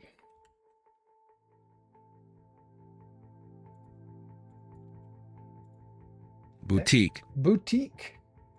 I've heard this before, but what then does it mean? Define. A boutique is a small, specialized retail establishment that offers curated, fashionable clothes, accessories, or unique gifts. A boutique. Our top story today. I don't think I'm going to get to you today. This turned out to be a far larger question than I anticipated. A boutique modular sector, so a small modular sector, changes nothing. Basically just replaced with small. So, a lot of information here on how to actually fix the housing sector.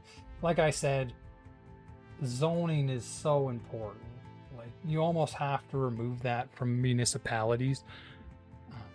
I didn't realize how much municipalities push, essentially, rather than doing property taxes, they tax new home construction. So rather than taxing the people that are there, they tax the people trying to build new homes there. And so they essentially subsidize property taxes in that way. Everything else is just essentially, we've seen multiple attempts at modular home companies trying to enter Canada. Creating the conditions where they are successful is important. And that's essentially what this all came down to. Create the conditions where the modular home building industry can be successful in your country. And how to do that. Alright, I'm going to cut this and we're going to go... Nope, we want to cut. That's how we cut. There we go. What point was I even on?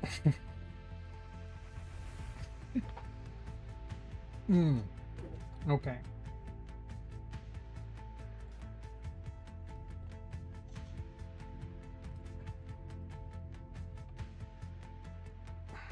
I know I never really touched on one.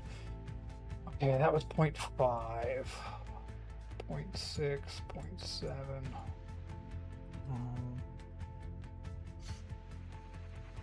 Where am I on time? Ooh. I want to get through this though. Okay. We're just going to continue. We got 2 left. This will probably be the last thing. I'm going to preemptively remove it from the list so that at least one thing got off the list today. Oh no, I guess we talked about pop. 2 things off the list. Okay. Use procurement, especially the defense ramp, as industrial strategy. The NATO spending commitment is a once-in-a-generation demand signal. I mean, I've been trying to say this one for a while. Like, it's not all the countries across NATO are ramping up military spending. Like, it's a good time to get into developing military goods from a national level. Spend it on Canadian dual-use tech, shipbuilding, drones, and sovereign compute rather than exclusively off-the-shelf foreign kit. Build companies that build your own military tech rather than buying military tech from other companies, from other countries. Alongside that, nudge the big pension fund towards domestic productive assets through co-investment vehicles, though I'd stop short of mandates, where the counter-argument, pensioners' returns shouldn't subsidize national policy, is legitimate. Okay. Can you go into some more detail for me on point 6? Use procurement as an industrial strategy. Oh. I mean, this is going on. What's the point 7? Immigration, quality of match over quantity. we're going to talk a little bit about immigration today. I got it on here. I've moved it up. And we will be covering it in more detail. But it looks like we're going to at least get into it. And actually finish free trade. I mean, come on, guys. We should have figured this one out a long time ago. Interprovincial free trade, like C5 does not go far enough. Here we go.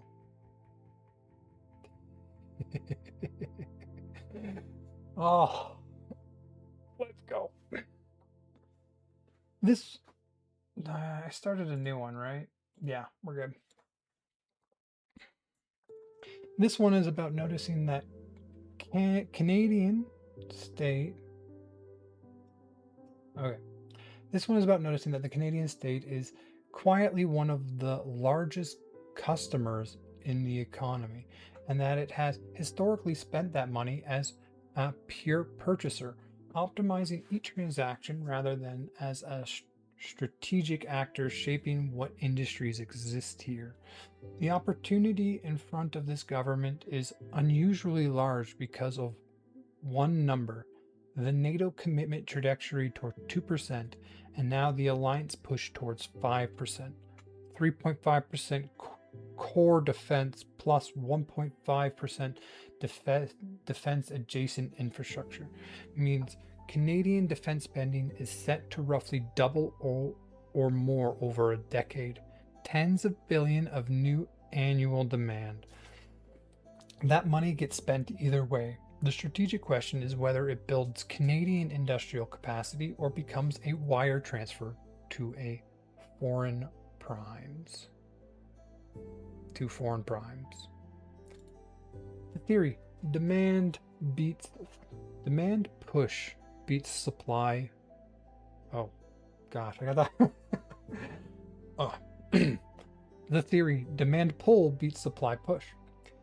Canada's default innovation policy is supply push. Subsidized inputs, SR and ED, we learned about that earlier, grants and superclusters, and hope companies emerge. The record, as covered in point 3, is R&D spending without commensurate output. Procurement is the demand pull complement, and the historic evidence for it is much stronger than most people realize. The reason the US dominates aerospace, semiconductors, GPS, the internet, and now increasingly space launch is not primarily American subsidies. It's that the Pentagon and NASA were the first patient price insensitive customers for those technologies when no commercial market existed. Oh, like, so it's basically saying the US leads in aerospace because the American money spent consistently on aerospace. And because they spent consistently on aerospace, a private market was able to develop to serve that consistent spending. And now there is there's private spending there too, getting stuff into space. But it happened, and US is the biggest leader because the US government was a consistent spender in that area. And that's happened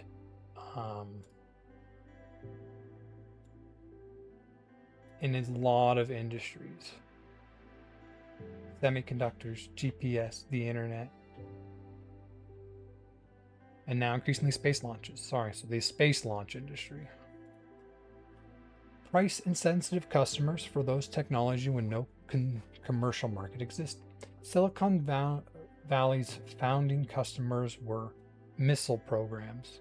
SpaceX exists because NASA switched from cost plus contracts to buying launches as a service from fixed price competitors. The customer relationship does things Grant never does. It forces the company to build a real product, ship it, support it, and iterate against an actual user, and it gives the firm revenue base and a reference customer to raise capital and export against. A grant says this looks promising. A contract says this works. We bought it. And every foreign buyer and venture investor knows the difference. Canada has run the opposite model. Defense procurement here has been optimized for three things: cost scrutiny, regional job distribution, and risk avoidance. And the result is legendarily slow acquisition. Major programs routinely take 10 to 15 years from statements of requirement to delivery. Domestic industry that survives on offset work rather than owning products, and a startup ecosystem in which selling to your own government is famously harder than selling to the Pentagon. That doesn't make any sense. So it's easier to sell to the Pentagon in the US than it is to sell to the Canadian government. Canadian defense tech firms will tell you with dark humor that their path to a Canadian Armed Forces contract runs through a US contract first. That's the pathology to fix, and the doubling of the budget is the once in a generation window in which to fix it, because new money can be spent under new rules with cannibalization exiting programs. Without cannibalizing existing programs. Okay.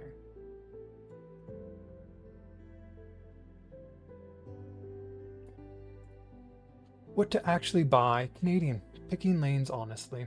The failure mode here is trying to be sovereign in everything, which produces boutique, overpriced versions of things allies make better. The discipline is to pick lanes where Canada has either genuine comparative advantage, an existing industrial base worth compounding, or a sovereignty need that overrides costs. My list. Drones and automated systems. I mean, these are going to change the world. They already are. They're changing war in Ukraine and Russia, and they're gonna change the war just generally. Oh, goes right into that. Ukraine has rewritten the economics of warfare. Masses of cheap, attributable, software-defined systems are now core capabilities, not accessories. This is the single best lane for Canada because the barrier to entry is low relative to fighter jets. The technology is dual use. The same autonomy stack serves pipeline inspections, agricultural, wildfire monitoring, Arctic surveillance. Production is fundamentally about manufacturing scale up rather than decades of aerospace prestige, pedigree, and the field is young enough that no incumbent oligopoly has locked it in.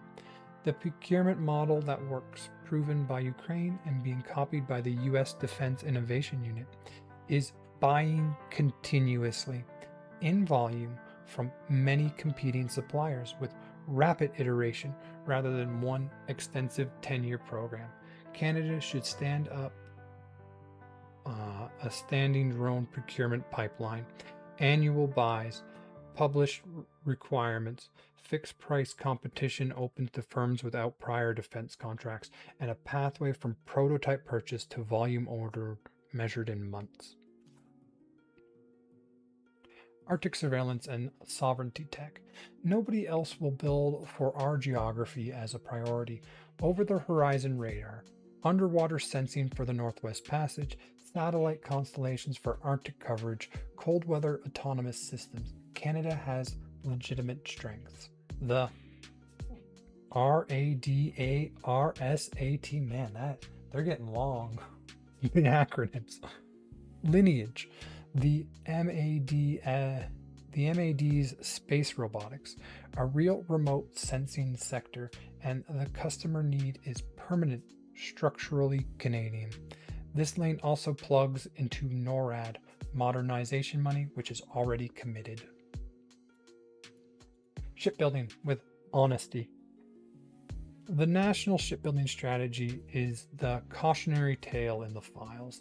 Designed in 2010 to end boom-bust cycles by guaranteeing decades of work to designated yards, it delivers ships years late on multiples of budget because guaranteed demand without competitive pressure produces exactly what economists predict. The lesson is not don't build ships in Canada. A G7 nation with 3 oceans and Arctic claims plausibly needs sovereign shipbuilding, and the icebreaker capacity is genuinely strategic. It's one of the few defense industry areas where Canada could be a net exporter, given climate-driven polar interest, and Davy Yard's Finnish acquisition point in that direction. The lesson is that the structure of the demand matters. Multi-year competitions wherever volume permits, fixed price with real penalties, block buys of repeated designs rather than bespoke one-offs, and resisting the urge to treat every ship as a regional employment program with a hull attached. Sovereignty and compute and AI. Ooh, okay. So we were going to get into AI sooner or later. The 2024-2025 Sovereignty AI Compute Strategy.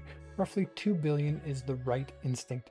AI capacity increasingly determines both economic and military power, and depending entirely on foreign cloud providers for the compute layer is a strategic exposure. The procurement angle. Government itself is a massive compute and AI customer. The CAF, intelligence agency, health data, weather modeling, and committing that demand to Canadian operated infrastructure with appropriate security architecture. Anchor's data center and AI service investment the same way Anchor tendency works in commercial real estate. Pair with point 4, data centers go where power is available fast. So this lane binding constraint is the electricity file. We've already talked pretty deeply about like the electrical grid and the issues with the electrical grid. It mostly just slow approvals. Like everything is so slow when you want to expand the electrical grid. So we got to fix that before you can go into sovereignty compute and AI.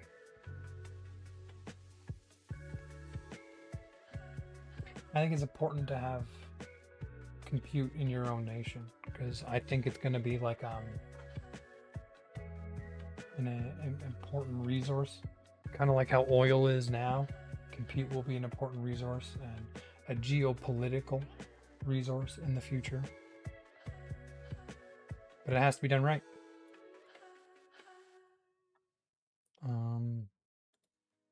Okay. Dual use deliberately. Across all lanes, weight procurement towards technologies with civilian markets, satellites, autonomy, advanced materials, quantum sensing, secure communications. Dual use firms aren't hostage to defense cycles. They scale on commercial revenues, and the taxpayers' early orders leverage private capital instead of substituting for it. We're fixing the machine, how to buy. Lane selection fails without procurement reforms because the current machinery cannot buy at the required speed. The specific fixes speed as the requirement. Point 4's logic applies to purchasing. Statutory shot clocks on procurement stages and delegation. Small and mid-sized buys stay under 50 to 100 million. Pushes down the program authorities without central agency escalation. The U.S. other transaction authority model, which lets defense buyers contract outside the standard acquisition regulation for prototypes and follow-on production. In this template, Canada's 2025 creation of a dedicated defense procurement agency, the DPA, is the institutional vehicle, and the test of its seriousness is whether it gets genuine contracting authority or becomes another coordination layer. Buy outcomes, fixed price from competitors. The SpaceX lesson generalized. Wherever possible, specify the capacity, the capability. X hours of persistent Arctic surveillance over Area Y, not the artifact, and let firms compete on how. Cost plus contracting for genuinely novel development only. Makes sense? A real on-ramp for non-traditional firms. Standing solicitations, fast security clearances. Clearance timelines are notorious startup killers. A 2-year wait is a death sentence for a seed stage company. Prototypes contracts under 5 million awarded in weeks, and a bridge fund that carries successful prototypes to first production orders.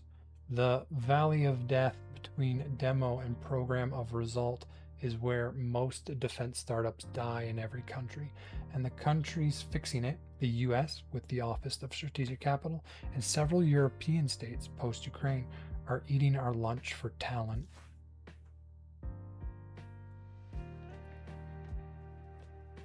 Discipline the offsets. Canada's industrial and technological benefit policy requires foreign winners to spend contract value in Canada.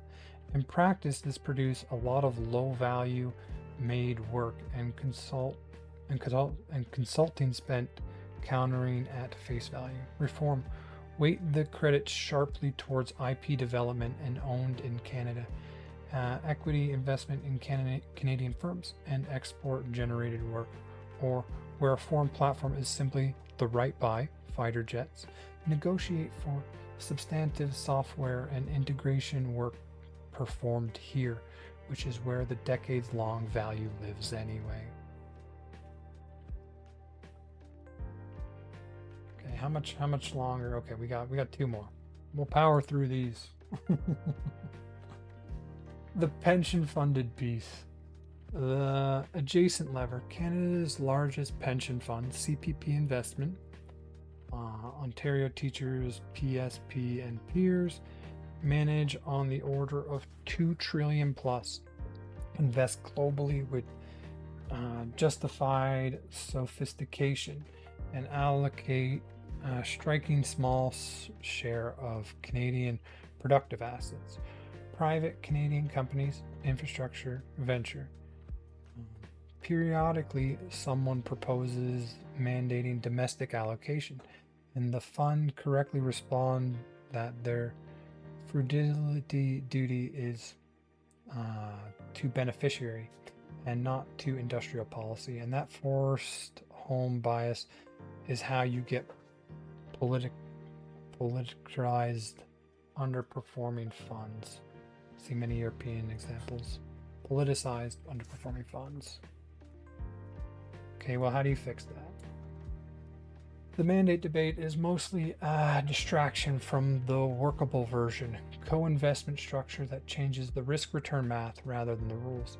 A federal growth capital vehicle that co-invests alongside pensions in Canada, scale up and defense industrial capacity on first loss or asymmetric terms, loan guarantees for infrastructural classes, internees, ports, defense production facilities.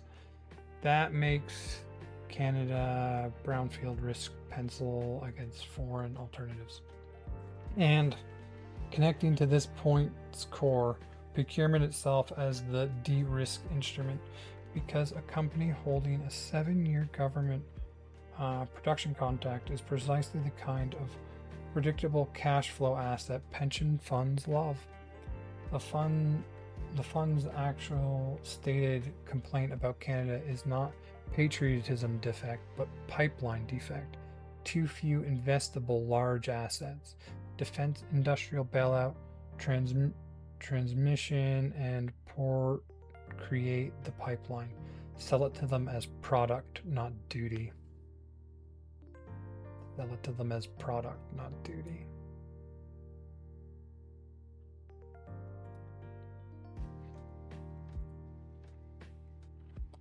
Okay. Let's go through the honest caveat.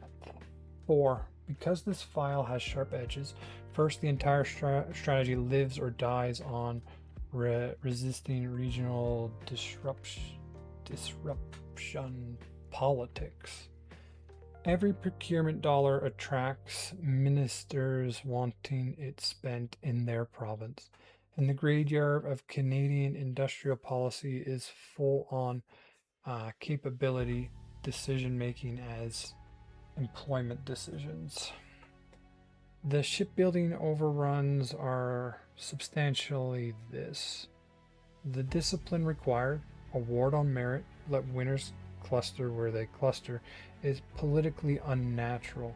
And I tell the Prime Minister plainly that a procurement strategy run through the regional benefit lens will produce the last 50 years at a larger budget. Like, defense companies tend to pool in one area because they work together, right? You end up with some kind of like what you see in the US, a defense like a whole defense industry. Forget what it's called now. Military industrial complex. But that's just natural. That's the defense industry collecting together because they're making like similar products, and so you work with other people in that industry. That's just kind of what happens. And the whole, oh, we want some money here for this, or you want some money there for that. You're splitting up the industry that works best together, and that's just you're gonna reproduce the last 50 years at a larger budget. Second, protectionism risks cut both ways. Buy Canadian in lane where we have no advantage means paying more for worse kit, which is a real cost to the armed forces whose lives depend on it. The lane discipline is the safeguard, and it will be under constant pressure to erode. Repeatedly, trade obligations through defense carve-out, generous national security exemptions, and alliance interoperability constraints how far pure domestic preference can go. The smarter posture in many lanes is positioning Canadian firms in allied supply chains. The US and Europe are both desperate for trusted national production capacity right now, rather than building a closed military market of 40 million people. Third, evaluation honestly. Industrial policy history says some of these bets fail, and the system must be able to kill failures. Sunset clauses, published performance metrics, and a standing external review with teeth. The difference between strategic procurement and pork is that pork is immortal. I mean, this one's important. This is the whole thing, to be able to kill failures in the market, because people see this, like, if you kill a failure in the market, they see it as, oh, you're harming the market, but you're leaving space for something more productive to show up. And if you've set your policies right, something more productive will show up. Something better will show up. Like, that's the whole point of the free market. Fourth, the absorption problem is real. Doubling defense spending is only useful if the department can actually contract and industry can actually deliver. and both are currently sized for the old budget. Expect the first years to underspend embarrassingly. The answer is building the DPA's capacity and the supplier's base ahead of the money, which argues for starting the reform now while the big appropriations are still ramping. The through line to hand to the Prime Minister. This is the one file where a fiscal obligation Canada has already accepted. The NATO ramp can be converted into the industrial strategy Canada has never managed to fund on purpose. The money is committed. The only open question is whether it leaves behind companies, IP, and export industries, or just receipts.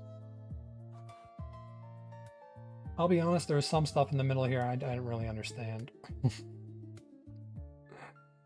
I think I've been live for too long.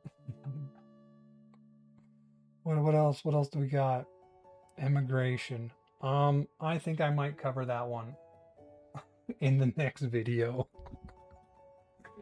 I'm at the stage where I'm just reading and not trying to understand anything that it says, which is not where you want to be. And I can look into further immigration stuff then as well. And I also got to go back to number 1. Okay. Well, I'm going to be calling it here, I think. We went through quite a lot. I was not expecting it to be quite so dense when I asked my initial question of how do we grow our GDP. Let's go through a quick recap before I get off.